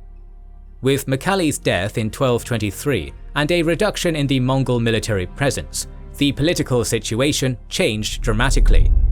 While the Jin made peace with their neighbors, a Mongol vassal kingdom in Manchuria, ruled by Pushanwanu, declared independence.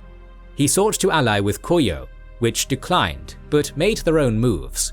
In 1225, the chief Mongol envoy to Korea mysteriously disappeared while transporting the annual tribute north. The Koreans insisted it was bandits, but the Mongols put the blame square on Koryo. Ugadai Khan was enthroned in 1229 and demanded both Pushanwanu and the Koreans be punished. Initially, the new Khan demanded Koryo aid in an attack against Wanu. With the failure of the Koreans to comply, Ugadai ordered an invasion of the peninsula, the first of 6 Mongol invasions. Led by Sartak Kochi, the army crossed the Yalu River in autumn 1231. The attack was overwhelming. Koryo's armies were annihilated in the field, and Kaesong surrounded. Yet there was notable resistance at a few fortified cities, especially Kuju. Famed for a victory over the Khitans in 1018, in late 1231 through early 1232, under the command of Pak So, the city withstood weeks of assault. The most famous event occurred early in the siege. The southern wall of the city was defended by Kim Kyong-son and a skilled unit of Pyolcho, translated as Defense Command Patrol, Extraordinary Watches, or Night Patrol. These were local troops from outside the regular army, an elite militia specializing in guerrilla warfare. Sending most of the unit inside the city, Kim Kyong-son led a group of 12 picked men before the south gate. Telling them not to think of their lives and accept death as their fate, Kim and his men withstood 4 or 5 Mongol charges, girding the city to further resistance. Attacks were launched on the walls day and night. The Mongols pushed carts of dry grass and wood to the gates to burn them, only to be destroyed by Korean catapults. A tower built before the walls to protect sappers was destroyed when the Koreans dug holes through their own walls to pour molten iron onto it. 15 large catapults were driven off by the Korean counter-artillery. scaling ladders were toppled by Korean polearms. Bundles of sticks, soaked allegedly in human fat, set aflame and hurled into the city, could not be put out with water, but the crafty Koreans smothered them with mud and earth. Another catapult team made 50 breaches in the walls, which the defenders filled as they were made. After a month of terrible destruction but no success, the siege was lifted, the Mongols declaring the city was protected by heaven. Military ruler Choiyu came to terms with the Mongols in January 1232, and was so frustrated that Kuju had continued to resist that he wanted to have its commanders, Pakso and Kim Kyong-son, executed, fearing that their defiance would provoke Mongol retaliation. Here the Mongols interceded, saying, "Although he went contrary to our orders, he is a loyal subject of yours. We are not going to kill him now that you've already pledged peace with us. Would it be proper to kill the loyal subjects of all your cities?" Still, Koryo had submitted to Satak Korchi in the first month of 1232. The tribute demands were massive. 20,000 horses, 20,000 otterskins, slaves, royal hostages, and clothing for 1 million men were demanded, alongside gold, silver, and other treasures. Appointing overseers, Satak withdrew his forces, considering the peninsula conquered. The Koreans were less keen to comply. The demands were onerous. While Koryo sent much in gifts, it was unwilling to send royal hostages, and could barely produce 1,000 otterskins. By the summer of 1232, Choiyu moved king and court from Kaesong to Kanghwa Island under naval protection. Mongol officials in Korea were murdered, and the peninsula was in open revolt.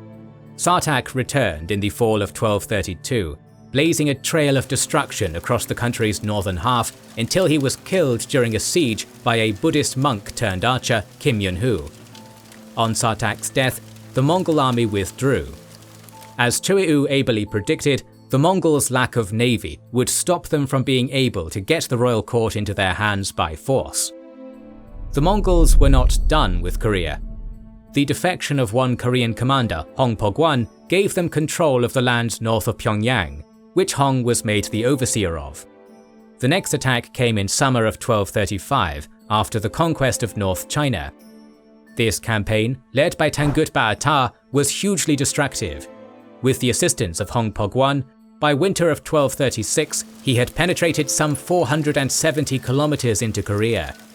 The Koreans could not field armies against them, and alternative strategies were developed to respond. Just as the court had fled to Kanghwa Island, most of the population outside of fortified settlements fled to coastal islands or mountain refuges to escape Mongol riders. Offensives were limited to guerrilla warfare, Pyulcho units launching surprise night raids, ambushes through mountain passes, and striking small parties. Hitting quickly and hard and using local terrain, these small units were more mobile than even the Mongols. It was a frustrating way of war for the Mongols, and destruction increased when they got frustrated. Fortified settlements were left to fend for themselves, and when they did fall, the destruction was horrific. The countryside was ravaged, and the death toll was horrendous. The guerrilla tactics harassed but could not stop the Mongols, who could not bring the country to submission. Korean defections to the Mongols were enormous. By winter 1238, the Korean court was willing to come to talks with the Mongols to halt the destruction. As the Koreans feared, Mongol demands were stiff. Alongside the expected tribute, the Mongols required a census and for the Korean king Kojong to present himself to the Mongol court at that time. For the military ruler Choiyu, this presented an issue. His legitimacy rested on his control of the king. Mongol demands would remove him from power. Peace on Mongol terms could not be accepted as long as the Choes wanted to remain in control. For 2 years, the Koreans made excuses not to send the king until a distant relation was made up to be the crown prince and sent to the Mongol capital of Karakoram in 1241. The Mongols found out about the deception 14 years later. By then, he was a loyal member of the Mongol court and even married the daughter of Great Khan Mung-Ke. With the royal hostage and resumption of tribute, Choiyu achieved a 6-year truce. The Mongols still wanted the royal court to return to the mainland though, and their envoys grew ever more insistent on the matter. Choiyu spent the next 6 years building elaborate fortifications on Kanghua Island and readying militia units, while consecrating Buddhist projects like the Tripitaka Koreana to secure heavenly favors. In autumn 1247, the new Khan, Guyuk, ordered another attack under Amukan and Hongpoguan. Again, the countryside was abandoned for coastal islands and mountain fortresses. Guerrilla attacks were launched, and the northern half of the peninsula was desolated. The deaths of Khan Guyuk in summer 1248 and Choiyu in winter 1249 brought a relative calm. Choiyu was succeeded by his son, Chue Hung, not the equal of his father or grandfather. More arrogant and hasty than his father, he struggled to maneuver the complicated politics of Koryo and Mongol attacks, and within months he faced coup attempts. In 1251, Mungke was confirmed as Great Khan. Again, envoys demanded the Korean king visit the Mongol court and abandon Kanghua Island. Again, excuses were made. King Kojong was too old and sickly for such a trip, but the Koreans suggested sending the crown prince again, while preparing for the expected invasion. By 1252, Mongke sent Prince Yeku into Korea in August 1243 alongside Amukan and Hongpoguan. Mongol envoys announced that King Kojong had 6 days to comply and meet Mongol representatives on the mainland. Though the king actually met with Mongol envoys on the straits across from the island, it achieved nothing. Once more, Mongol forces were unleashed on the peninsula, while the people fled to their hideouts. Pyolcho raids attacked Mongol parties, and Mongols destroyed the cities which fell to them. Yeku was held up and fell ill during the long siege of Cheongju, ably defended by Kim Yun-hu, the same Buddhist monk who had killed Sartak some 20 years prior. Ultimately, Mungke recalled Yeku before the end of the year due to his feuding with another prince. Amukan and Hongpoguan continued the campaign for a few more weeks, organizing a brief effort at amphibious warfare. 7 captured Korean ships landed Mongol troops on Kal Island in early 1254, to no great result. Amukan pulled the troops back in spring, returning in August with reinforcements under Jalayitai Kochi, with more demands for submission that went unheeded. Early in the summer of 1255, Jalayitai and Amukan fell back to the northern border. By then, aside from years of destruction and abandonment of farmland, the peninsula was also in the midst of an ongoing drought. In the first year of Jalayitai's command in Korea, an estimated 206,800 persons were taken captive. The suffering was horrific. Jalayitai's forces attacked again in autumn 1255, beginning a shipbuilding program. Frustrated with the continued resistance, the Mongols were considering assaulting the well-defended Kanghua Island. A sense of Jalayitai's frustration is evident in his response to the Korean envoys in mid-1256. The envoys came asking for peace and Mongol withdrawal, to which Jalayitai, incensed with Pyolcho attacks in the night, snapped, "If you desire peace and friendship, then why do you kill our soldiers in great numbers?" Jalayitai's withdrawal in the autumn of 1256 was no respite. Famine gripped even Kanghua Island. When Jalayitai returned in the spring, it must have been apparent that the Choes were hanging on by a thread. Chue Hung soon died, succeeded by his son Chue Wei, who proved a very poor choice. His attempts to win favour by grants of food to the populace and court did not offset bad advisors enriching themselves and his own poor decisions. Alienating just about everyone in the court, the pressure of the situation finally led to a coup. Officers led by Kim In-jun assaulted Choe's palace in May 1258. Chue Wei tried to escape over the walls, but was too fat to get himself over. Caught by the assassins, Chue Wei's death ended 6 decades of Chue military rule in Korea.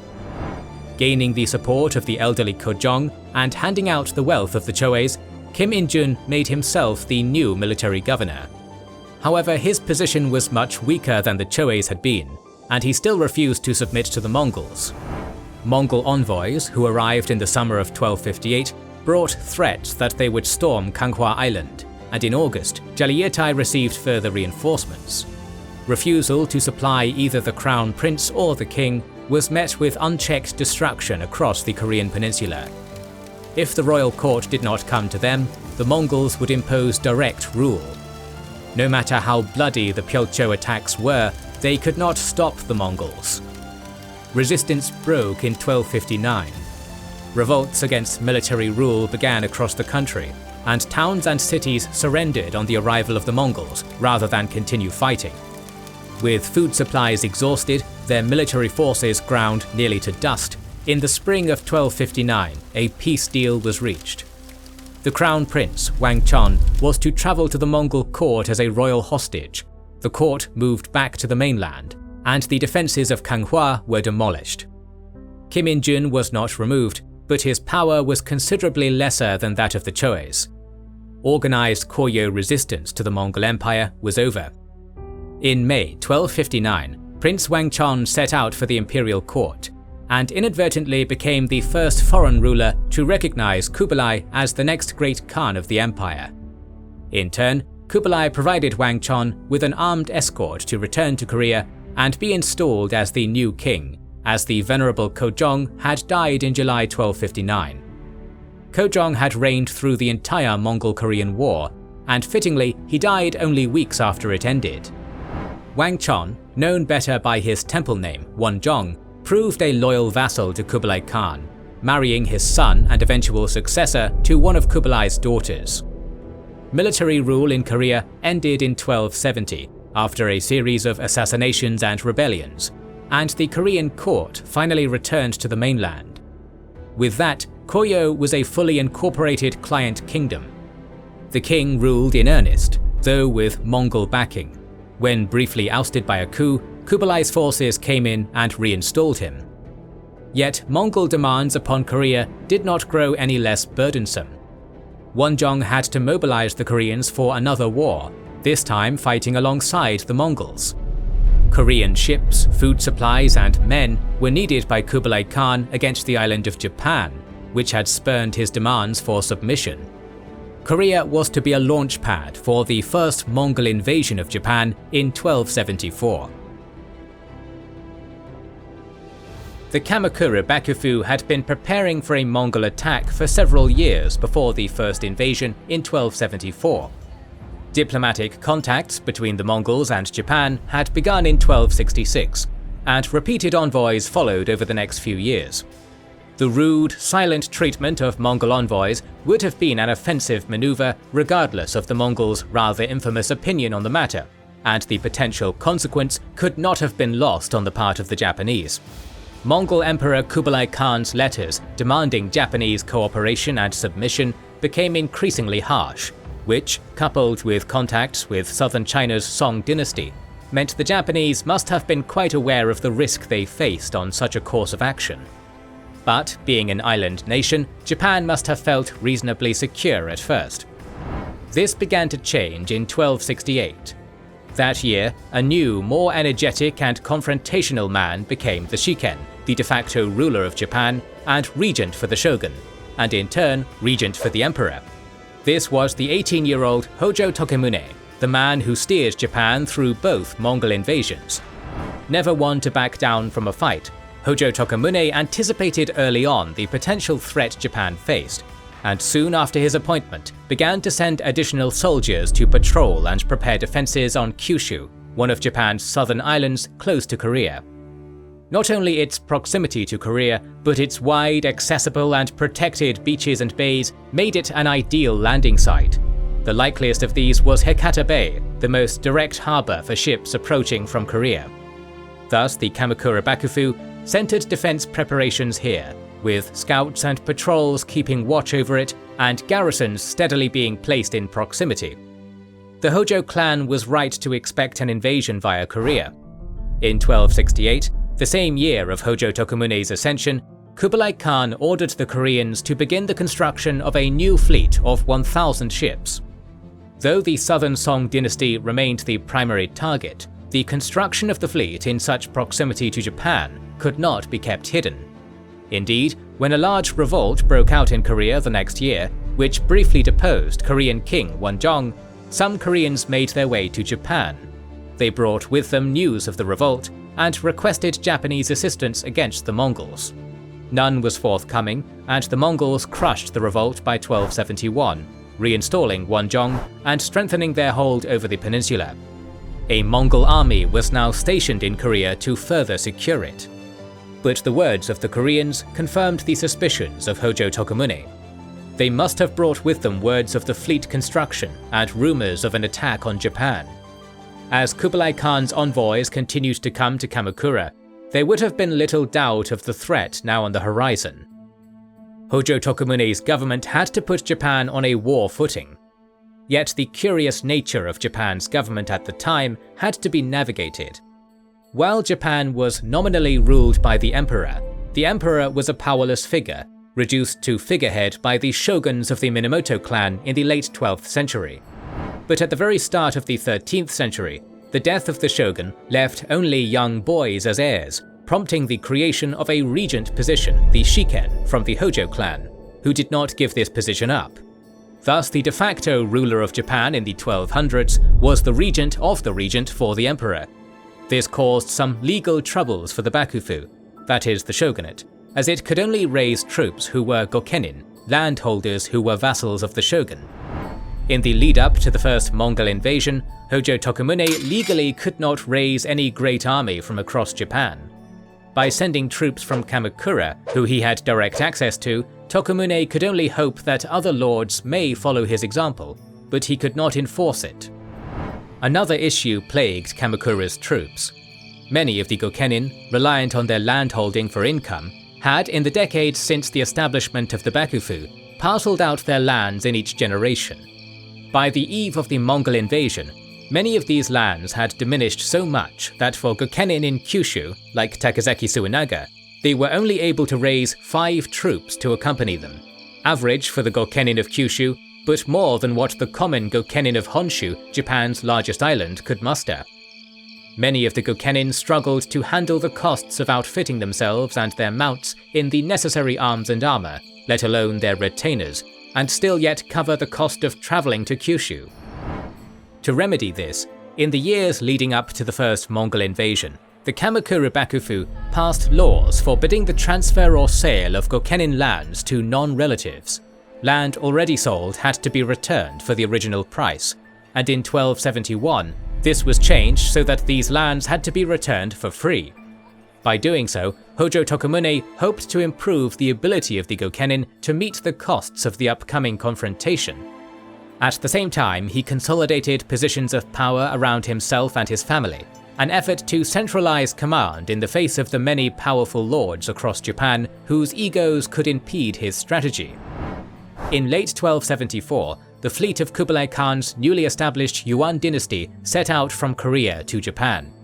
The islands of Tsushima and Iki were swiftly overrun within a few days. While the islanders put up a spirited defense, they were simply too few to delay the advance. A few refugees from the islands brought word to Honshu and the Bakufu. Hojo Tokumune was ready. Upon learning of the Yuan's approach, he is recorded as stating, "Finally, this is the most momentous event of my life." When a priest asked how he planned to respond, Tokumune shrieked, "Ketsu!" Victory. Tokumune's preparations had been underway for years. Most of the defending troops along Hakata Bay were local gokenin raised in Kyushu, but additional troops from Honshu were sent in the final months before the attack. He had prepared well, and the Mongols landed precisely where he had anticipated. When the boots of Yuan troops disembarked on the soft sands of Hakata Bay on November 19, 1274, the shogunate's warriors were there to meet them. As the Yuan ships had neared the bay, word was sent to rally the garrisons, and even as the first clashes began, more gokenin and their retainers were rushing from across Kyushu to join them. The fighting that ensued was fierce. The Yuan had brought the larger force, many of its men of greater experience than that of the Japanese. Over the course of the day, the Yuan troops broke through several sections of the Japanese line and burned down neighboring towns. Still, the level of Japanese resistance and preparedness was greater than the Yuan had anticipated. The archery of the samurai was better than expected, as they picked off one of the top Yuan commanders and stole his horse. The Yuan realized this expected, puny island was putting up greater defense than they had come prepared for, and that their overconfident force was not large enough to fight their way through the defenders of Kyushu, or possibly occupy all of Japan. A withdrawal was undertaken in good order. Eyewitness accounts, like that of the Gokenin Takazaki Suinaga, indicate a carefully managed withdrawal on the part of the Yuan forces, returning to their ships and sailing back to Korea. While rough weather made the return journey more difficult, stories of great typhoons sinking the first Yuan fleet are later exaggerations not present in contemporary sources. For Hojo Tokumune, the divine support had not been in the form of waves, but through ensuring of the Japanese victory with their own means. But Hojo Tokumune was under no impression that he had broken Mongol power in any way, and knew another attack was forthcoming. Kublai Khan would want revenge as certainly as the sun would rise again over Japan, especially once the envoys Kublai sent in 1275 were executed by the Japanese. Hojo Tokumune did not sit on his laurels, but immediately began to prepare for the next invasion. He had seen what had worked well, and importantly, he also understood where his preparations had not been enough, and with the next assault likely to be much greater, he needed to double his efforts if he wanted to withstand it. To do this required more samurai to be in Kyushu, and this required greater control over samurai regardless of whether they were Gokenin or not. To aid in this, Tokumune replaced many of the Shugo, military governors of Japan's provinces, with Hojo clan loyalists and family members to carry out his orders. In an expansion of his powers, both Gokenin and non-Gokenin troops not normally under his jurisdiction, could now be levied for Japan's defense. The power of the Shugo was also increased locally in order to facilitate this, for many of the warriors now being called up for duty may have chafed at falling under Bakufu control. Traditionally, the Bakufu and Japanese governments had rewarded samurai for their valor in combat against the enemy with riches and lands taken from defeated factions. In a war in Japan, there were many lands to redistribute, but no such riches could be gained from a foreign foe who left little behind. Many of the Gokenin had not only put their livelihoods and lives at stake to travel across Japan to Kyushu, many would do so again traveling to Kamakura City for their reward. The rambunctious Takazaki Suinaga, for instance, sold his horse and saddle to pay for his journey to Kamakura from Kyushu. Though he succeeded in getting rewarded, the Bakufu was reluctant to pay the expense for rewarding all these samurai, did not wish them to leave their posts in Kyushu, and did not want them to beggar themselves and sell all their horses and equipment before the Mongols returned. The Bakufu thus forbade samurai to leave Kyushu, citing military necessity. Of the estimated 6,000 Japanese who fought in the first invasion, only 120 received rewards, mostly those of the higher class. While useful at the moment, in decades to come this had severe consequences for the Bakufu, as many samurai found themselves impoverished by paying all of their own expenses for the campaign. Tokumune prepared in other ways. Further divine help was sought, as shrines and temples across the islands were ordered to pray for Japan's victory. To better defend Hakata Bay and prevent the breakouts of the first invasion, the order was given to expand the seawall.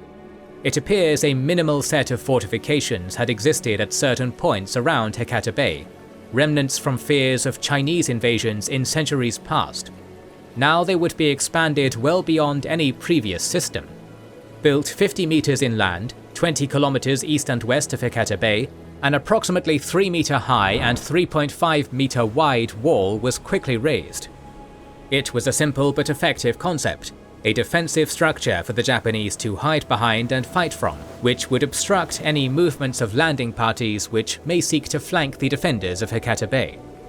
Landing assaults by sea were hard in the best of times, and this would not be the best of times. For the wall's construction, whoever's land the wall had to pass through was responsible for the cost and construction of that section. While it was another cost-saving measure for the Bakufu, it angered many and hampered construction. It was supposed to be complete before the end of 1276, but construction continued through 1277. At the end of 1275, Hojo Tokumune and his advisors even discussed taking the fight to the enemy and launching some sort of invasion of Korea. While it never materialized, orders were made to prepare some ships and Gokenin. Undertaking such a task, though, was eventually recognized to be beyond their abilities, while at the same time planning the defense of Kyushu, even though already the Bakufu was dealing with reports of conflict between officials and Gokenin, with the increasing demands being levied on them, all the while forbidding samurai to leave Kyushu. The ships and men raised for the scrapped invasion of Korea were instead sent to defenders at Hakata Bay. When the larger Yuan fleets of the second invasion set out in summer 1281, Hojo Tokumune's preparations showed their success. He benefited from struggles on the part of the Yuan, with one of their fleets delayed in its launch. The seawall worked exceptionally. Instead of landing and beginning their assault, the Yuan fleet skirmished along the shore, trying to seek some unguarded section. With the Yuan staying offshore, the Japanese took their own ships to bring the fight to them. In the night, the samurai rowed up beside the Yuan warships, scaling them and battling on the decks. A few islands off Kyushu's coast were taken, but by the time a storm surge at the end of August 1281 scattered the Yuan ships, their will to fight had been sapped and they'd been unable to force their landing. Thus, Tokumune's ploy worked well. Even after this victory, Tokumune did not let his guard down. A furious Kublai continued to send envoys with demands for submission, and made plans for a third invasion. Tokumune continued to maintain garrisons and patrols on Kyushu, with the Gokenin who lived there forbidden from leaving the island without permission of the Bakufu. Kyushu Island itself came under greater control of the Hojo clan, with more Hojo Shugo appointed there to keep a close eye on this strategically vital area. The seawall continued to be maintained, stores of weapons and other war materials were gathered, and any official or landowner who complained was swiftly replaced by someone more pliable. Another plan for a Japanese invasion of Korea was even discussed, though once more went nowhere as the threat of a third Yuan attack remained too high. This third invasion never materialized, and Mongol interest in a third attack quickly dissipated with the death of Kublai Khan in 1294. But Hojo Tokumune never knew that relief. He died in 1284, only 32 years old. He was succeeded by his young son. With the boy too young to rule, power fell into the hands of another regent. Thus, from 1285 until 1293, Japan was ruled by the regent of the regent acting for the shogun, acting for the emperor, who was in turn sidelined in his own court even more by his father, the previous emperor, who had retired yet still ran things there.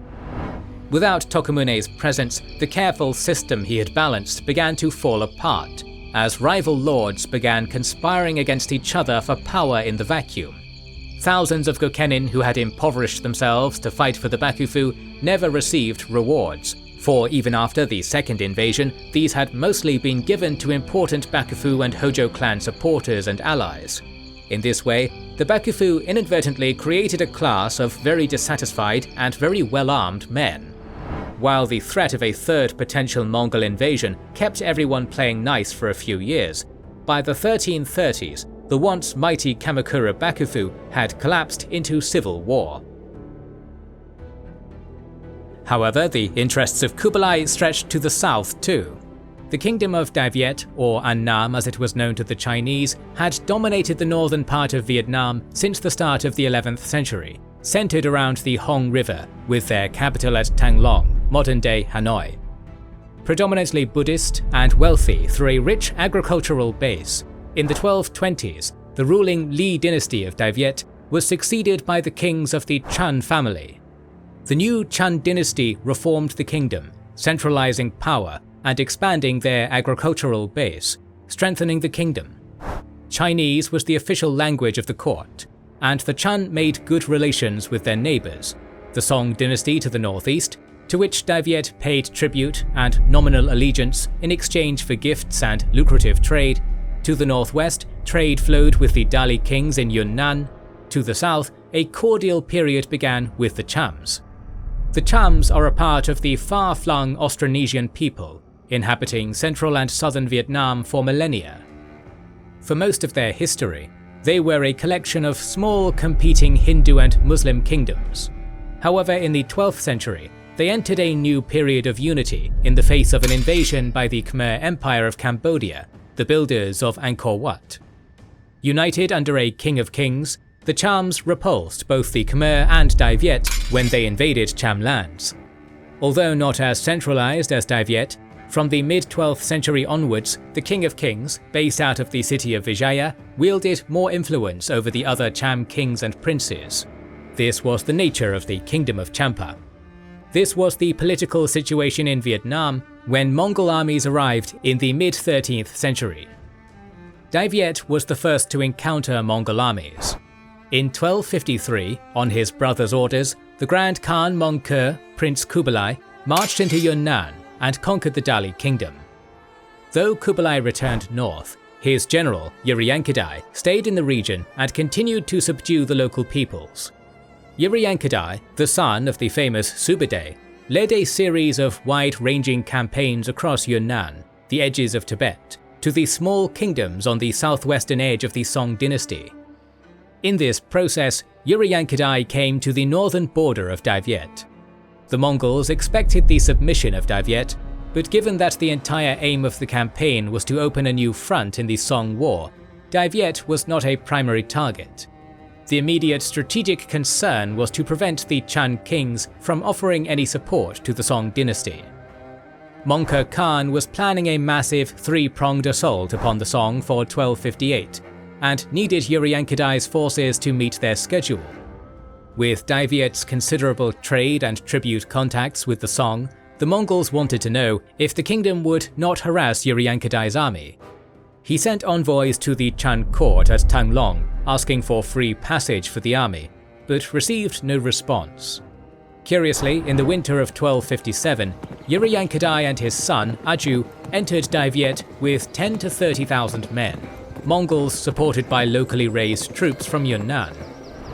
Splitting his forces into two, Uriyankadai ordered the vanguard to cross the Tao River north of Tanlong, but not to engage the Viet forces. Uriyankadai knew of the river fleets used by Dai Viet, and desired to draw them into an ambush and thus neutralize their mobility. The vanguard commander did not listen and attacked the Viet, and a frustrated Uriyankadai then advanced to support him. Despite the insubordination and the Viet war elephants, the Mongols had the better of the battle, with Mongol archers focusing on the elephants' eyes.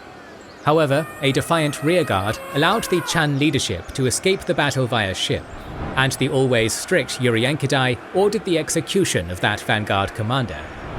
The Chan forces' effort to stop the Mongols from crossing the Fulo River was foiled when the Mongols found a ford to cross and then routed the Chan army. Uriyankadai then marched onto the capital city, Tanglong, only to find it abandoned. The Chan king, the government, and most of its population had evacuated the city, taking most of the foodstuffs with them. Vietnamese and Chinese sources differ on precisely what followed. Uriyankadai, at least, withdrew and was harassed by local forces as they went. The Chan king then offered tribute to keep the Mongols at bay. While ambushes, heat, humidity, and tropical disease can be blamed, Uriyankadai simply did not have the time to stay in Dai Viet any longer, due to Mongke Khan's timetable. After the withdrawal, Uriyankadai crossed into the Song dynasty's southwestern border in a failed effort to link up with Mongke Khan. The Chan kings anticipated a continuation of their relationship with the Song, giving tribute every few years to keep the peace and enrich both parties, and Champa followed suit. The Mongols were willing to accept this for a few years, but Mongke's brother and successor Kublai Khan began demanding the Tran and Cham kings confirm their allegiance to him in person. With the fall of the Song in 1279 to Kublai's Yuan Empire, there was no buffer between them. Kublai grew impatient as Dai Viet and Champa sheltered many refugee Song officials. By 1280, Kublai demanded that if the Chan king could not come in person, he must send a massive golden statue of himself and increase tribute to the kingdom's most skilled doctors, artisans, scholars, and most beautiful women. They refused. This was perceived as insubordination, and once the Chams imprisoned Yuan envoys in 1282, Kublai had his pretext for war, striking at Champa first could place Dai Viet in a vice grip between Yuan China and an occupied Champa. The politically fragmented Champa must have seemed an easy target, Kublai's officials telling him less than 3,000 men would be needed to overrun the Chams. After the failure of the second invasion of Japan in 1281, Kublai was also hungry for victory. Worn out by the intensive 1270s, by the 1280s, Kublai was no longer a patient man and had outlived his wisest advisors and most veteran commanders. Having come to expect total victory, Kublai now demanded it immediately. In December 1282, Sogetu, the governor of Fujian, departed with 5,000 men from former Song lands aboard 100 ships, arriving near the Cham capital of Vijaya in February 1283. Although the city fell after a short fight, the Cham leadership, King Indravarman V and Prince Harijit, escaped into the mountains. Sogetu tried to pursue, but in the jungle his men were ambushed and driven back, and Sogetu retreated to the coast to dig in and ask for aid. The Yuan court's response was slow, still planning for a third invasion of Japan. Only in March 1284, once the third Japanese invasion was finally abandoned, was an army of 20,000 dispatched by sea to aid Sogetu. Delayed by a brief mutiny, they arrived the next month to link up with Sogetu, who had begun attacking Cham cities along the coast. The Cham king Indravarman sent word he was willing to submit, but would be unable to offer tribute due to the plundering. Such concerns did not really bother the Mongols. By August 1284, Kublai's 11th son, Togon, was ordered to march through Dai Viet to assist Sogetu. The Yuan ordered the Chan king to supply this army, but they refused, expecting a trap. At that time, the reigning king was Chan Kam. His father, the previous king Chan Teng Tong, was still alive but retired, abdicating the throne to act as Emperor Emeritus for his successor, while avoiding that strict court protocol.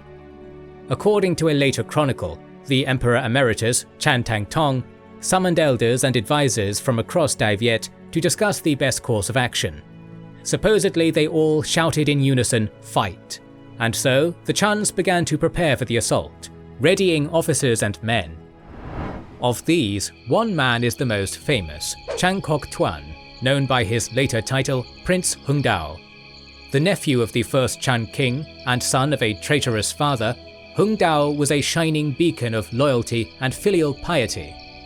Alongside his charisma, his natural talent and skill made him a favorite for chroniclers to fawn over. One notable blemish marked his character. As a young man, Hung Dao had an affair with an imperial princess engaged to another man. With the oncoming Mongol threat in 1284, Hung Dao marked himself out by his preparations, training men and officers, before taking a leading role in the strategy himself. In January 1285, Kublai Khan's son Togon and a Uyghur general, Arik Kaya, led some 8 Tumens from Yunnan into Dai Viet. Accompanying them was an ousted member of the Chan royal family, Chanik Tak, who the Yuan had declared the new king of Dai Viet, and were going to place onto the throne. Another column came from the northwest under Nasir al-Din, who had previously fought in Burma, and was a son of the Central Asian Muslim who governed Yunnan. Viet border troops were quickly overcome, and the Yuan advanced south, while Sogetu headed north, a great pincer movement on Dai Viet. Prince Hung Dao tried to delay Sogetu, but was repulsed, with Sogetu capturing 400 renegade Song officials from Hung Dao's army. By the time Sogetu linked up with Togon, the Yuan had an entire river fleet under the command of Nasir al-Din's son Omar. Omar chased the Chan king to the sea, while Togon and Sogetu captured Tanglong. Armies sent against them were annihilated, and many Chan generals defected to the Yuan forces. But this was the final success of this campaign. Again, Tanglong had been evacuated to deny the Mongols. The Yuan forces and supply lines were overextended, running low on food, while heat and disease took their toll. The Viet troops also employed psychological warfare on the Yuan.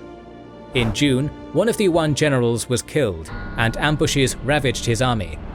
A former Song dynasty officer and his entourage, fighting alongside Viet troops, donned their old armor to panic some Yuan detachments, many of whom were former Song subjects.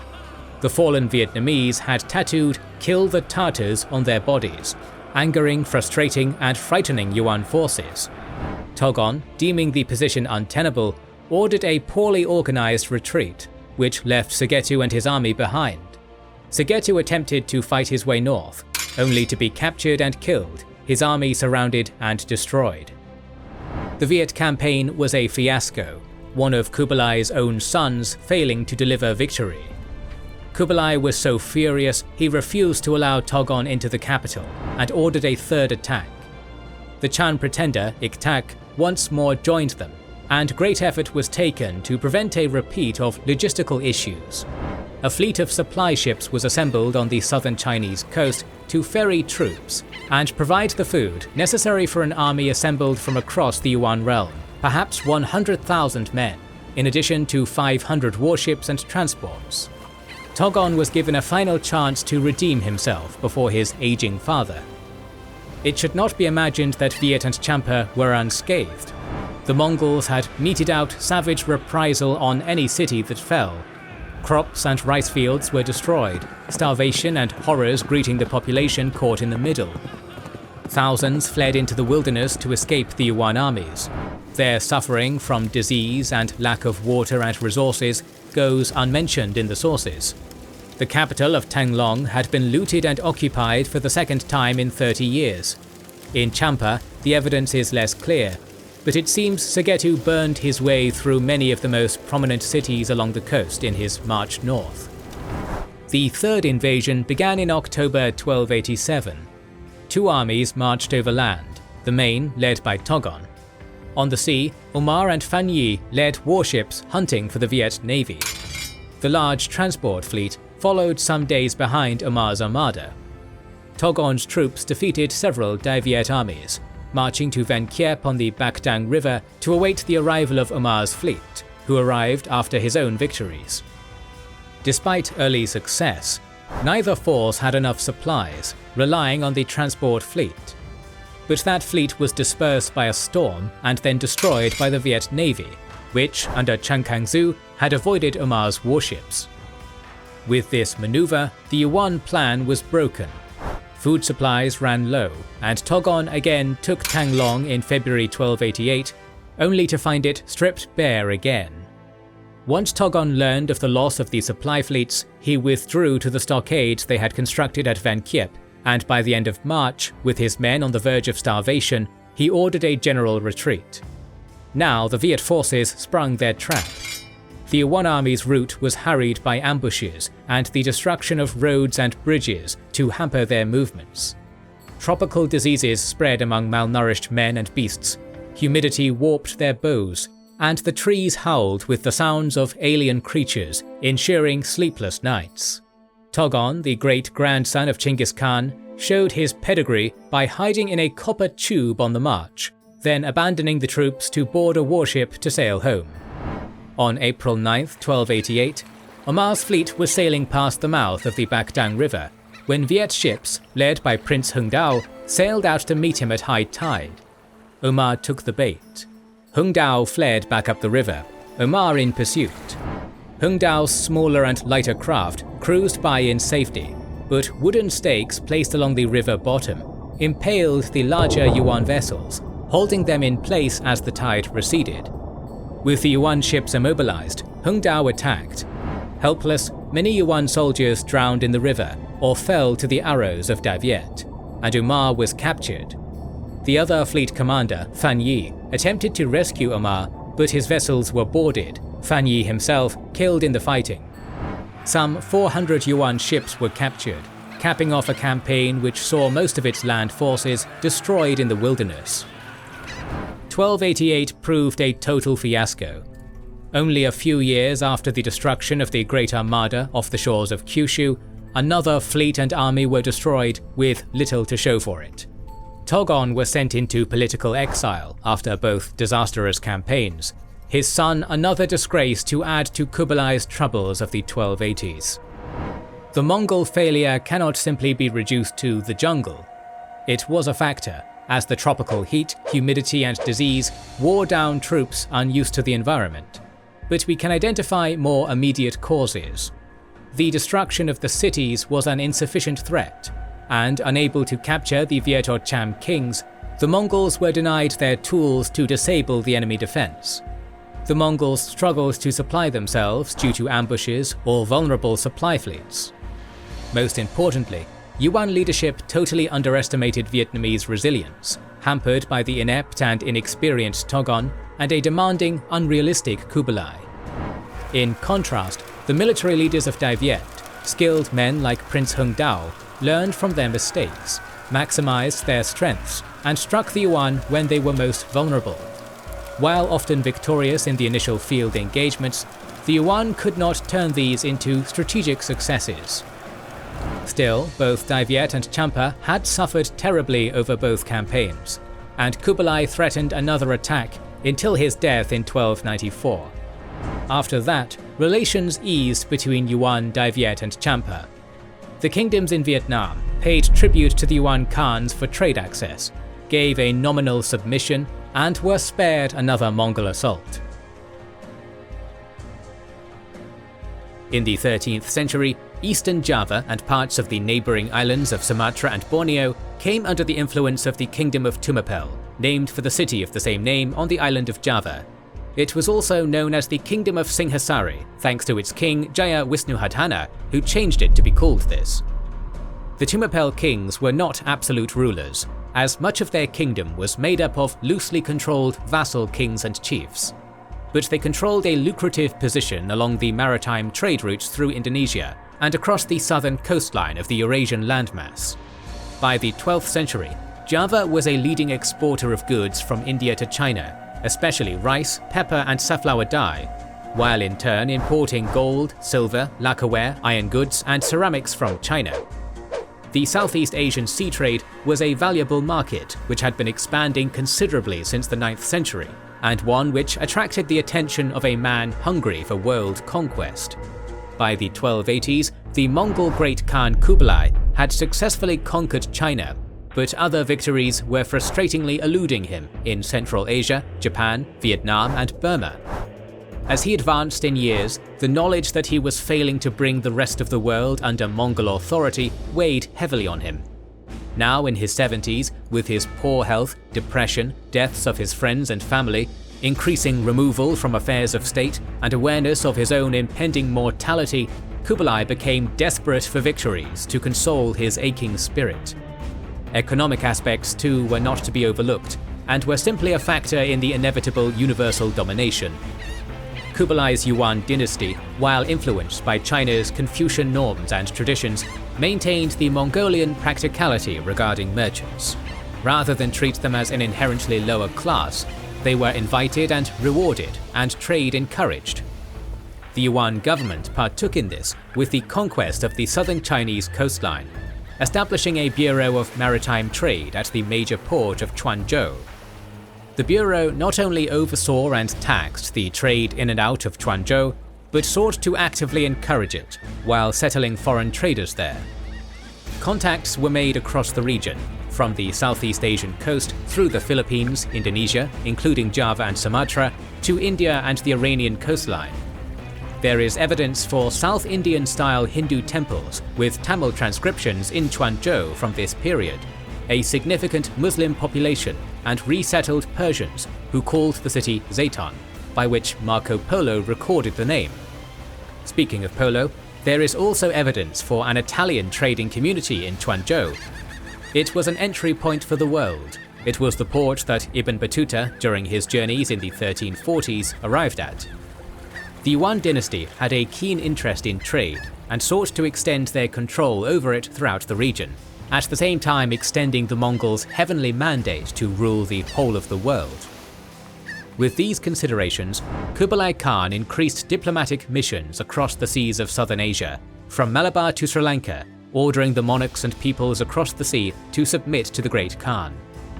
As it was an old tradition to send a yearly tribute for the privilege of trading with China, most regional states already undertook a nominal submission in order to have greater access to Chinese ports. while traditional Chinese dynasties were generally content to accept the trade and maintain the image of themselves as the center of the world, even if they did not exercise actual authority in these states, the Mongols were often not quite as lenient. To be a vassal to the Great Khan meant the potential of making all resources and people available to the Khan's desires, measured through census and Mongol-appointed overseers. When Kublai sent his diplomatic missions over the seas, they often were sent not just to reaffirm or increase the tribute, but to increase the extent to which these overseas monarchs needed to comply with the will of the House of Chinggis Khan. On one such mission, an envoy named Mengqi arrived in the court of Kartanagara, the king of Tumapel, sometime in the 1280s. Kartanagara had been the king since the 1260s and had shown himself a haughty individual and firm adherent to Tantric Buddhism. Since his ascension, he had expanded his kingdom over eastern Sumatra and most of Java. By all accounts, Kartanagara was quite keen to solidify his control of trade and spice routes, but much less keen on sharing it with the distant Khan. In the various sources, after feeling offended by the envoy Mengqi and his demands, Kartanagara either insulted him, branded his face with a hot iron, cut off his nose, or outright killed him. In either case, he had committed a grievous insult on an envoy of the Great Khan, which, as you may have heard, was not something taken lightly. Kartanagara's calculation was likely a simple one. He did not want to increase the share of tribute sent to China for the privilege of trading, but still wanted that Chinese trade.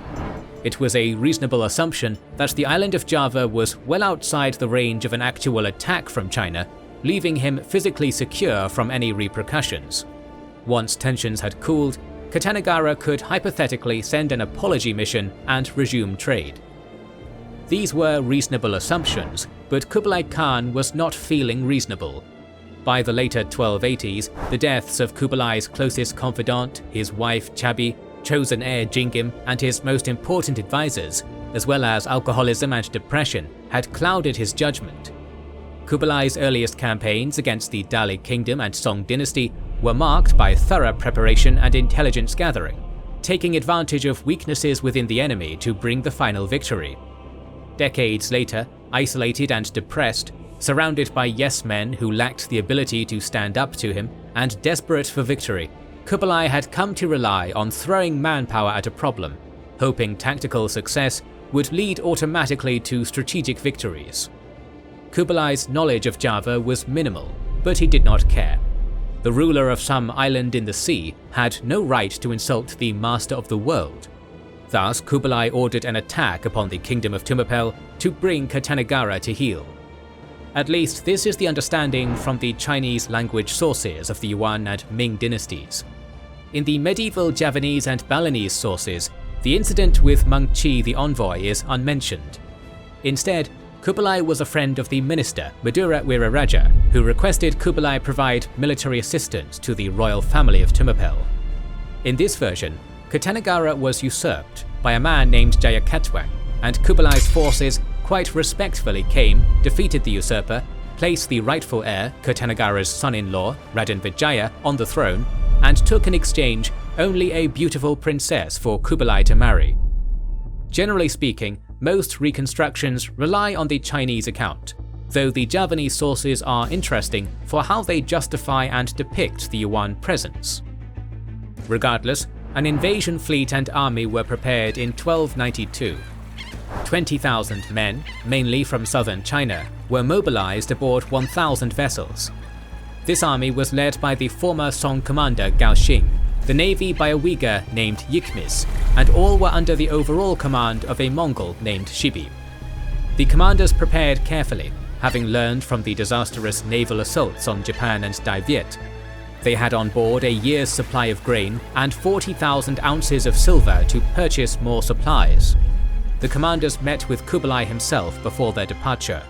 The Khan of Khans told Shibi to leave naval matters to Yikmi's expertise, and that they must proclaim on their arrival that they were not an invasion force, but merely there to punish Kartanagara for harming a Yuan envoy. If true, it may reflect an understanding that facing battle in unknown lands against a foe they did not know was not ideal. The strategy, it seems, was merely to overawe the Javanese. The mere threat of their presence anticipated to be enough to earn a victory. The fleet set out in the winter of 1292–93, making a short stopover in Champa, now paying tribute and at peace with the Mongols. There, officers were dispatched on diplomatic missions to Lamori, Samudra, Perlak and Melayu in Sumatra, seeking tribute and submission. By March 1293, the fleet was off the coast of Java and preparing to make landfall. It was decided to send a diplomatic force ahead of the main fleet to convince Kertanegara to submit and avoid having to make landfall at all. If there was no progress on the diplomatic front in a week, then the fleet was to follow up as a show of force. The diplomatic mission found no success, for matters had changed considerably in Java by the time of their arrival. The haughty king of Tumapel, Kertanegara, was dead, slain by his vassal Jayakatong of Gilang, based in the city of Kediri. Kertanegara's son-in-law, Raden Vijaya, based in Majapahit, was resisting him, and the Yuan arrived in the midst of a civil war. A week after the envoys were sent, the armada landed at Taban, where part of the army under Gaoxing and Yikmis disembarked and marched to Pachakan. The rest of the army was to follow aboard the ships under the command of Tukadege, sailing through the Straits of Madura to rendezvous with the land force. At Pachakan, Jayakatong's navy blocked the Brantes River, but made no move against the Yuan. The Yuan commanders landed and set up a banquet, inviting the Javanese to come over and discuss terms. No response was made by the Javanese, and after a while, the Yuan fleet and army advanced. Jayakatong's navy retreated before them, and after garrisoning Pachakan, the Yuan forces made their way inland along the Brantes. As they moved inland, they were greeted by envoys of Raden Vijaya, begging Yuan help. The young prince only had a small force, and Jayakatong of Gilang's army was on its way to attack Vijaya's base at Majapahit. In exchange, Vijaya would submit to the Great Khan.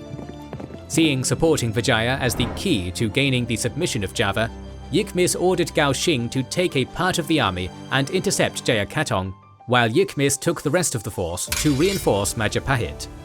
Jayakatong managed to evade Gaoxing and reached Majapahit, only to find Yikmis had already assembled his forces to meet Jayakatong's tired troops.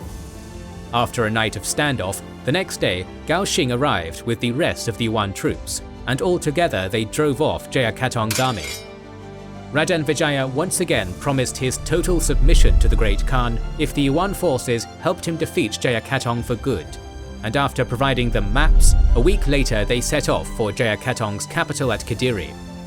The Yuan moved in 3 columns, the fleet on the Brantes River under Tukadege, with Gaoxing and Yikmis taking their forces up either bank, while behind them travelled a large force from Majapahit under Raden Vijaya.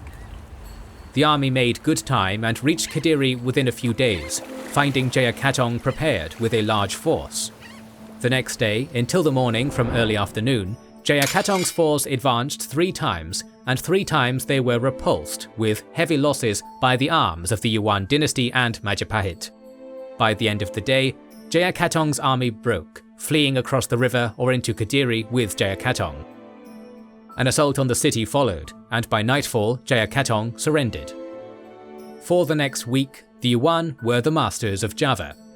Raden Vijaya's promised submission now had come. For this, he desired to return to Majapahit with a small unarmed Yuan escort to properly witness his formal submission. While that force departed for Majapahit, Shibi sent most of the army back to Pachakan, while he stayed in Kediri with a small force, thinking he had handily conquered Java for the Khan. Once Raden Vijaya saw that the Yuan troops had let their guard down, at the end of the day he killed the Yuan escorts who followed him back to Majapahit, rallied his armies, and urged the people of Java to repel the foreign invaders. Only narrowly did Shibi escape the trap for him at Kediri. He fought his way back to Pachakan, losing up to 3,000 men. Back aboard the ships, the commanders argued over whether to counterattack or to retreat, ultimately choosing the latter. Not knowing the country, outnumbered, and unlikely to find local support, they understood further combat would likely only have one disastrous outcome. With that, Shibi ordered a withdrawal back to home port. While they did bring back some trophies, maps of Java, population registers, spices, gold, silver, rhino horn, and prisoners, this did not offset the costs of the campaign. Not as disastrous as the invasions of Japan or Vietnam, even this tactically well-executed campaign could not be turned into a strategic victory, and resulted in a humiliating retreat. Kublai was furious, punishing the commanders, stripping them of a third of their property, and rewarding them with 50 blows from the rod. Once Kublai Khan died in early 1294, there was no stomach to avenge that defeat or those others suffered in Southeast Asia. By contrast, Raden Vijaya established a powerful empire based in Majapahit that came to rule most of modern Indonesia and Malaysia, founded in part with Mongol assistance.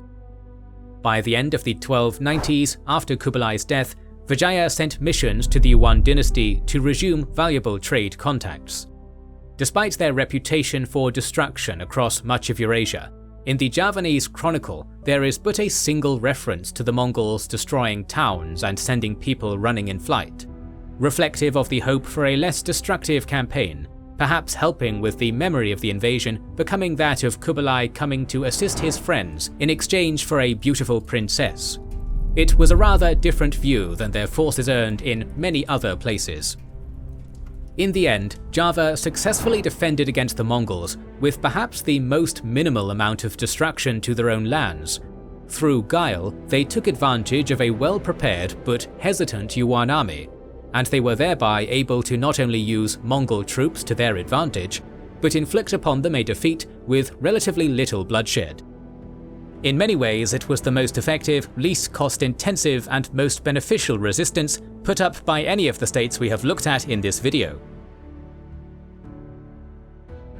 Although the Mongols fought countless enemies, none of the conflicts were as fierce as the ones against other Mongol polities. Let us begin with the Tuluid Civil War, the first and most important of the Mongol civil wars. Arik Buka and Kublai were younger brothers of Mungke, the last recognized great Khan of the United Empire who died in 1259, and both wished to succeed him. Arik was based in the old Mongol capital of Karakoram, located in the Orkhon Valley in Mongolia, while Kublai was based in Kaiping, a city he had constructed in today's Inner Mongolia. From this position, Kublai controlled access to Mongol-ruled northern China, while Arik had more support from other members of the imperial family for his claim as Great Khan. Kublai had more immediate practical advantages. Arik did not have access to large armies, while Kublai controlled many of the armies which had just been used in the war against the Song dynasty, leaving Kublai to start the war off with a tremendous advantage in manpower. Furthermore, Karakoram was reliant on a constant flow of grains and other food supplies to supplement its largely non-nomadic population. When war broke out, Kublai cut off Arik's access to food supplies from North China and invaded Mongolia, defeating Arik in battle in autumn 1260 and forcing Arik to abandon the untenable position at Karakoram in the face of Kublai's advance. For a conflict over who had the right to rule the Mongol Empire, making it clear Arik could not hold the imperial capital was a powerful symbolic move. Kublai's armies forced Arik to withdraw to the Yenisei River Valley. While the Yenisei is a comparatively rich agricultural region, with the cultivation of wheat, millet and barley going back millennia, it was insufficient against Arik's enemy. Arik was reduced to border raids and infighting with his own allies before a harsh winter eradicated his herd animals and forced his surrender by 1264. From the outset, Kublai was more willing to commit to all-out war against his brother. Arik appears, until quite late, to have been under the impression Kublai would recognize Arik's claim, giving Kublai a head start in preparing for war. Kublai's ability to bring the resources of Mongol-ruled China to bear against Arik, and thereby cut Karakoram off from supply, was the ultimate card in Kublai's favor. While the details of the battles between Arik and Kublai are sparse, Kublai's armies consistently had the better of the engagements, and Arik had far fewer troops to call upon. Kublai's advantages were beyond what Arik could muster. The defeat of Arik Buka was not the end of Kublai's troubles with his family members. With Karakoram rather exposed, Kublai permanently moved his capital to two cities, Kaiping in Inner Mongolia, renamed to Shangdu, and Dadu, also called Khanbalik, on the site of modern Beijing. The result, though, was that Kublai's control over much of Mongolia was tenuous and subject to raids from princes who continued to resist. Kaidu of the Ugaid Khanate and his ally Duar of the Chagatai Khanate dominated Central Asia and raided Kublai's frontiers from the Tarim Basin to western Mongolia. A host of independent princes, largely sons of the previous great Khans Mungke, Arik Buka and Guyuk, held minor courts from Dzungaria, the Altai Mountains, to the Yenisei River Valley, switching from fighting each other to allying with Kaidu, to at times joining Kublai. In the far eastern part of Mongolia and in Manchuria, the descendants of Chinggis Khan's brothers also proved rebellious. Thus, throughout his efforts to complete his conquests in China and abroad, Kublai Khan had to send troops to deal with his cousins in Mongolia continuously. While none had the power to overthrow Kublai Khan, they could threaten his hold over Mongolia and other border regions. Kublai had to find ways to deal with almost annual attacks along a vast frontier. Around 1271, Kublai dispatched his sons, Nomakan and Kokachu, with a large army into Mongolia, pushing on to Al-Malik to drive back Kaidu, while another army pushed across the Silk Road cities of the Tarim Basin. By 1275, these gains had been reversed. Hoku, a son of Guyuk, succeeded in driving Kublai's armies from the Tarim Basin. Next year, a mutiny by the princes Shiregi and Tuk Timur in Mongolia resulted in Kublai's sons being captured and sent to the Golden Horde, where they spent the next decade. Then, Shiregi and Tuk Timur attacked Karakoram. However, the princes' fragile alliance soon frayed, and Shiregi and some of the other princes abandoned Tuk Timur to join Kublai. At the same time, Kublai sent a large response force under his star general, Bayan of the Ba'arin, and Tuktuka of the Bayaut Kipchak. Both were experienced commanders, with Bayan the mastermind of the final conquest of the Song dynasty. Leading an army of horse archers, including 1,000 Kipchak warriors, they defeated Tuk Timur near Karakoram. Shiregi was also forced to execute his former ally Tuk Timur before being sent off to exile on an island off China's coast. Kublai was pleased with the performance of his generals, particularly Tuktuka, whose warriors became one of the key arms of his anti-Mongol defense. Parallel to the Mamluk sultanates in Egypt and India, Kublai felt the best way to deal with steppe horse archers in battle was better equipped horse archers. Tuktuka's family had been Kipchak lords before the Mongol conquest, and the Mongols recognized their military potential and dispersed them around the empire as frontline troops. Tuktuka's father Banduchek was assigned to Kublai's armies during his conquest of the Dali kingdom in Yunnan in the 1250s, and had proved their mettle again during the war against Arik Buka. The Mongols always sought to reward those who showed hereditary ability, and following the defeat of Shiregi, Tuktuka and his men were given promotions and vast tracts of land around Kublai's capital at Khanbalik. Further, Kipchak slaves and soldiers in Kublai's realm were assigned to Tuktuka's command. In 1286 they were formed into a regiment called the Kipchak Guard, consisting of a corps of various Turkic steppe warriors fighting from horseback, supplemented by Alans, Mongols, and thousands of former Song dynasty infantry and archers. The command of the Kipchak Guard was held by Tuktuka's descendants until the end of Mongol rule in China. Though one of several such guard units, the Kipchak Guard was by far the largest, richest, and most prestigious, and held tremendous influence in the Yuan realm. The Kipchak Guard was soon put to the test. In 1287, a revolt broke out in eastern Mongolia, led by Prince Nayan, a descendant of Chinggis Khan's youngest brother Temuge, with another revolt in Manchuria by Prince Kadan. Nayan overcame Kublai's commander Bayan of the Ba'arin, and it was feared that Nayan would coordinate with Kaidu and seize Mongolia. Kublai Khan, by this point in his early 70s, depressed, obese, gout-ridden, and nearing the end of his life, roused himself for one more march. According to the Yuan Shi, Kublai was frustrated that his own Mongol troops showed hesitation to fight other Mongols. Their tendency was to dismount and chat in Mongolian rather than fight. Kublai called upon the Kipchak Guard, who had no such issues and would be merciless. From a command post on the back of 4 elephants, Kublai Khan went on his final campaign, backed by the Kipchak Guard, while other Yuan armies blocked the advances of Kaidu and Kadan, preventing them from linking up with Nayan. Against the full might of Kublai Khan, Nayan was overcome. Amongst Kublai's units were top-of-the-line weaponry, A brigade of Koreans in his service apparently brought with them handheld gunpowder weapons, leading night assaults on some of Nayan's encampments. Nayan himself was defeated, captured, and executed, though some of his allies continued to resist for several years. Tuktuka was put to the task of reducing them too. After Kublai's death in 1294, his grandson Timur succeeded him as Great Khan, ruling under the name Uljeto Khan. Among the first things he did was richly reward Tuktuka and his son Junkur, and then send him to the frontiers to continue battling Kaidu and his allies. This consisted of repelling annual raids or launching their own expeditions into enemy territory west of the Altai. Tuktuka spent the rest of his life in Mongolia, dying there in 1297. His son Junkur inherited his position as commander of the Kipchak Guard. Under Timur Uljeto Khan, a more structured defense system was set up across the frontier. In a vast arc stretching from the original homeland of Chinggis Khan along the Onon-Kurlan rivers to the northern foothills of Tibet, a series of commanders were stationed with thousands of troops to respond to incursions. Timur Uljeto Khan put overall command under his brother Kamala in Karakoram. He also expanded a policy of his grandfather Kublai of sending vast numbers of Chinese laborers into the border regions and Karakoram to establish self-sufficient communities, expanding agriculture and crafts production to support these large frontier garrisons, and reduce some of the state burden in equipping and feeding them. Timur Uljeto Khan switched to an offensive stance after his son-in-law, Korgus, king of the Ungud, was captured and killed by Dua in 1298. A furious Timur Uljeto called upon the resources of his empire. While Kublai had continued to send invasion forces over the seas and into southeastern Asia until his final days, Timur Uljeto halted almost all other military activity and directed the might of the Yuan dynasty against Kaidu and Dua.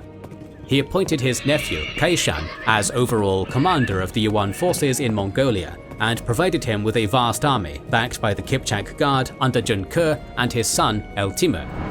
In early 1301, a series of battles were fought around Mount Tirjanggu south of the Altai Mountains over several days.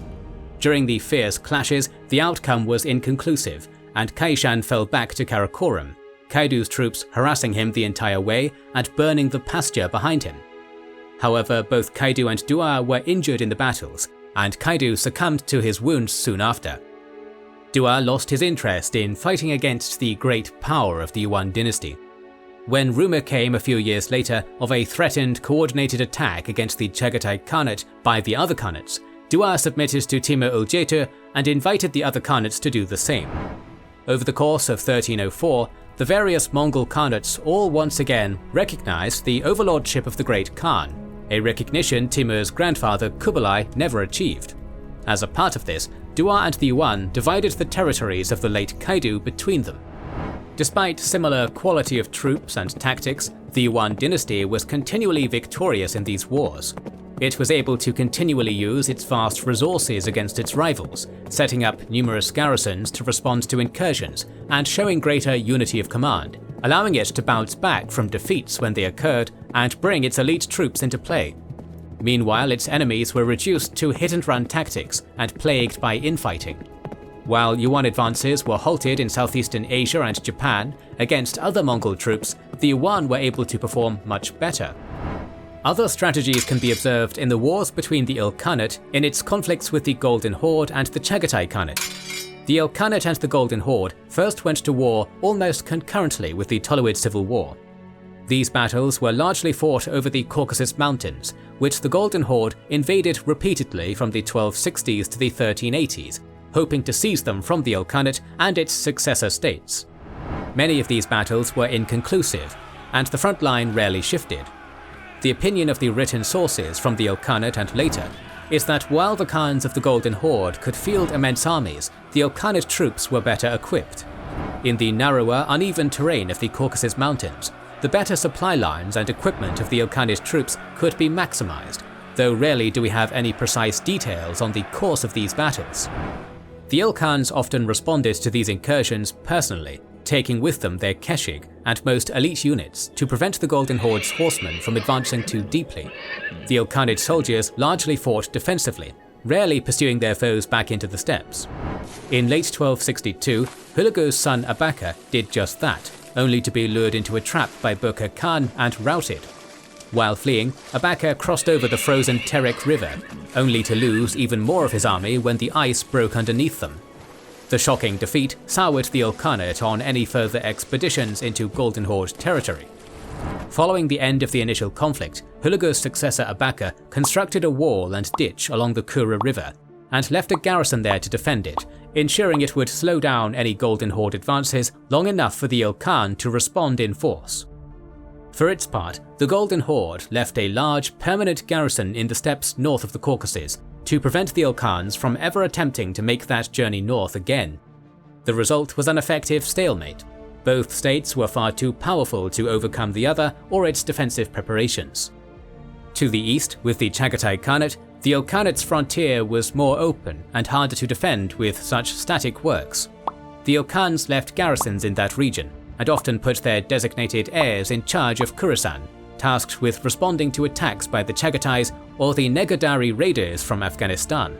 Here the Ilkhanate responses were somewhat less effective, and many of the Chagatai or Negadari raiding parties escaped before the Ilkhan's troops could arrive. On rare occasions where larger-scale invasions did occur, as by the Chagatai Khan Barak in 1270, the Ilkhans responded personally in great force. Abaka Ilkhan caught Barak Khan near Herat in 1270, successfully outmaneuvering Barak and inflicting a crushing defeat upon him. The Ilkhanid army appears not only to have been much larger, better equipped and better supplied, but it was better led too, compared to the Chagatai army, which even seems to have had trouble feeding and supplying horses for its men in the dry conditions around Herat in July 1270. After Barak Khan's death, Abaka then invaded the Chagatai Khanate, a rare occurrence for him, and thoroughly sacked Bukhara, one of the chief cities of Transoxiana and the Chagatai lands. The message was clear: major attacks on the Ilkhanate would result in major retaliations. It was not until the 1300s that the Chagatai undertook larger-scale attacks on the Ilkhanate again. The success of these, too, were generally halted by effective Ilkhanate responses or Chagatai infighting. At times, the Chagatais tried to coordinate these attacks on the Ilkhanate with the Golden Horde, but the timing never quite succeeded, and the Ilkhans always managed, with some difficulty, to respond to them one by one. An attack by the Chagatai Khan Esembuka on the Ilkhanate in 1315 was halted due to an invasion of the eastern Chagatai Khanate by Yuan dynasty troops. Border forces under Junkur and the Kipchak Guard drove deep into the Chagatai lands, seizing pastures, animals, families and cities. Fear of coordinated assaults between the Ilkhanate and Yuan dynasty against the Chagatai Khanate, and the increasing instability in the Chagatai Khanate from the late 1320s onwards, put an end to such efforts again. These Khanates could unleash devastating warfare on each other, but each one was too powerful to be conquered. The resources necessary for the task would require each Khanate to leave its lengthy borders exposed. Even for the states that had the relative advantages, the Ilkhanate and the Yuan dynasty, victories were still costly, bloody affairs, and the campaigns expensive occurrences. We have many more exciting videos on the Mongols and their wars coming up, so make sure you are subscribed and press the bell button. Please consider liking, commenting and sharing, it helps immensely. Our videos would be impossible without our kind patrons and YouTube channel members, whose ranks you can join via the links in the description to know our schedule, get early access to our videos, access our Discord, and much more. This is the Kings and Generals channel, and we will catch you on the next one.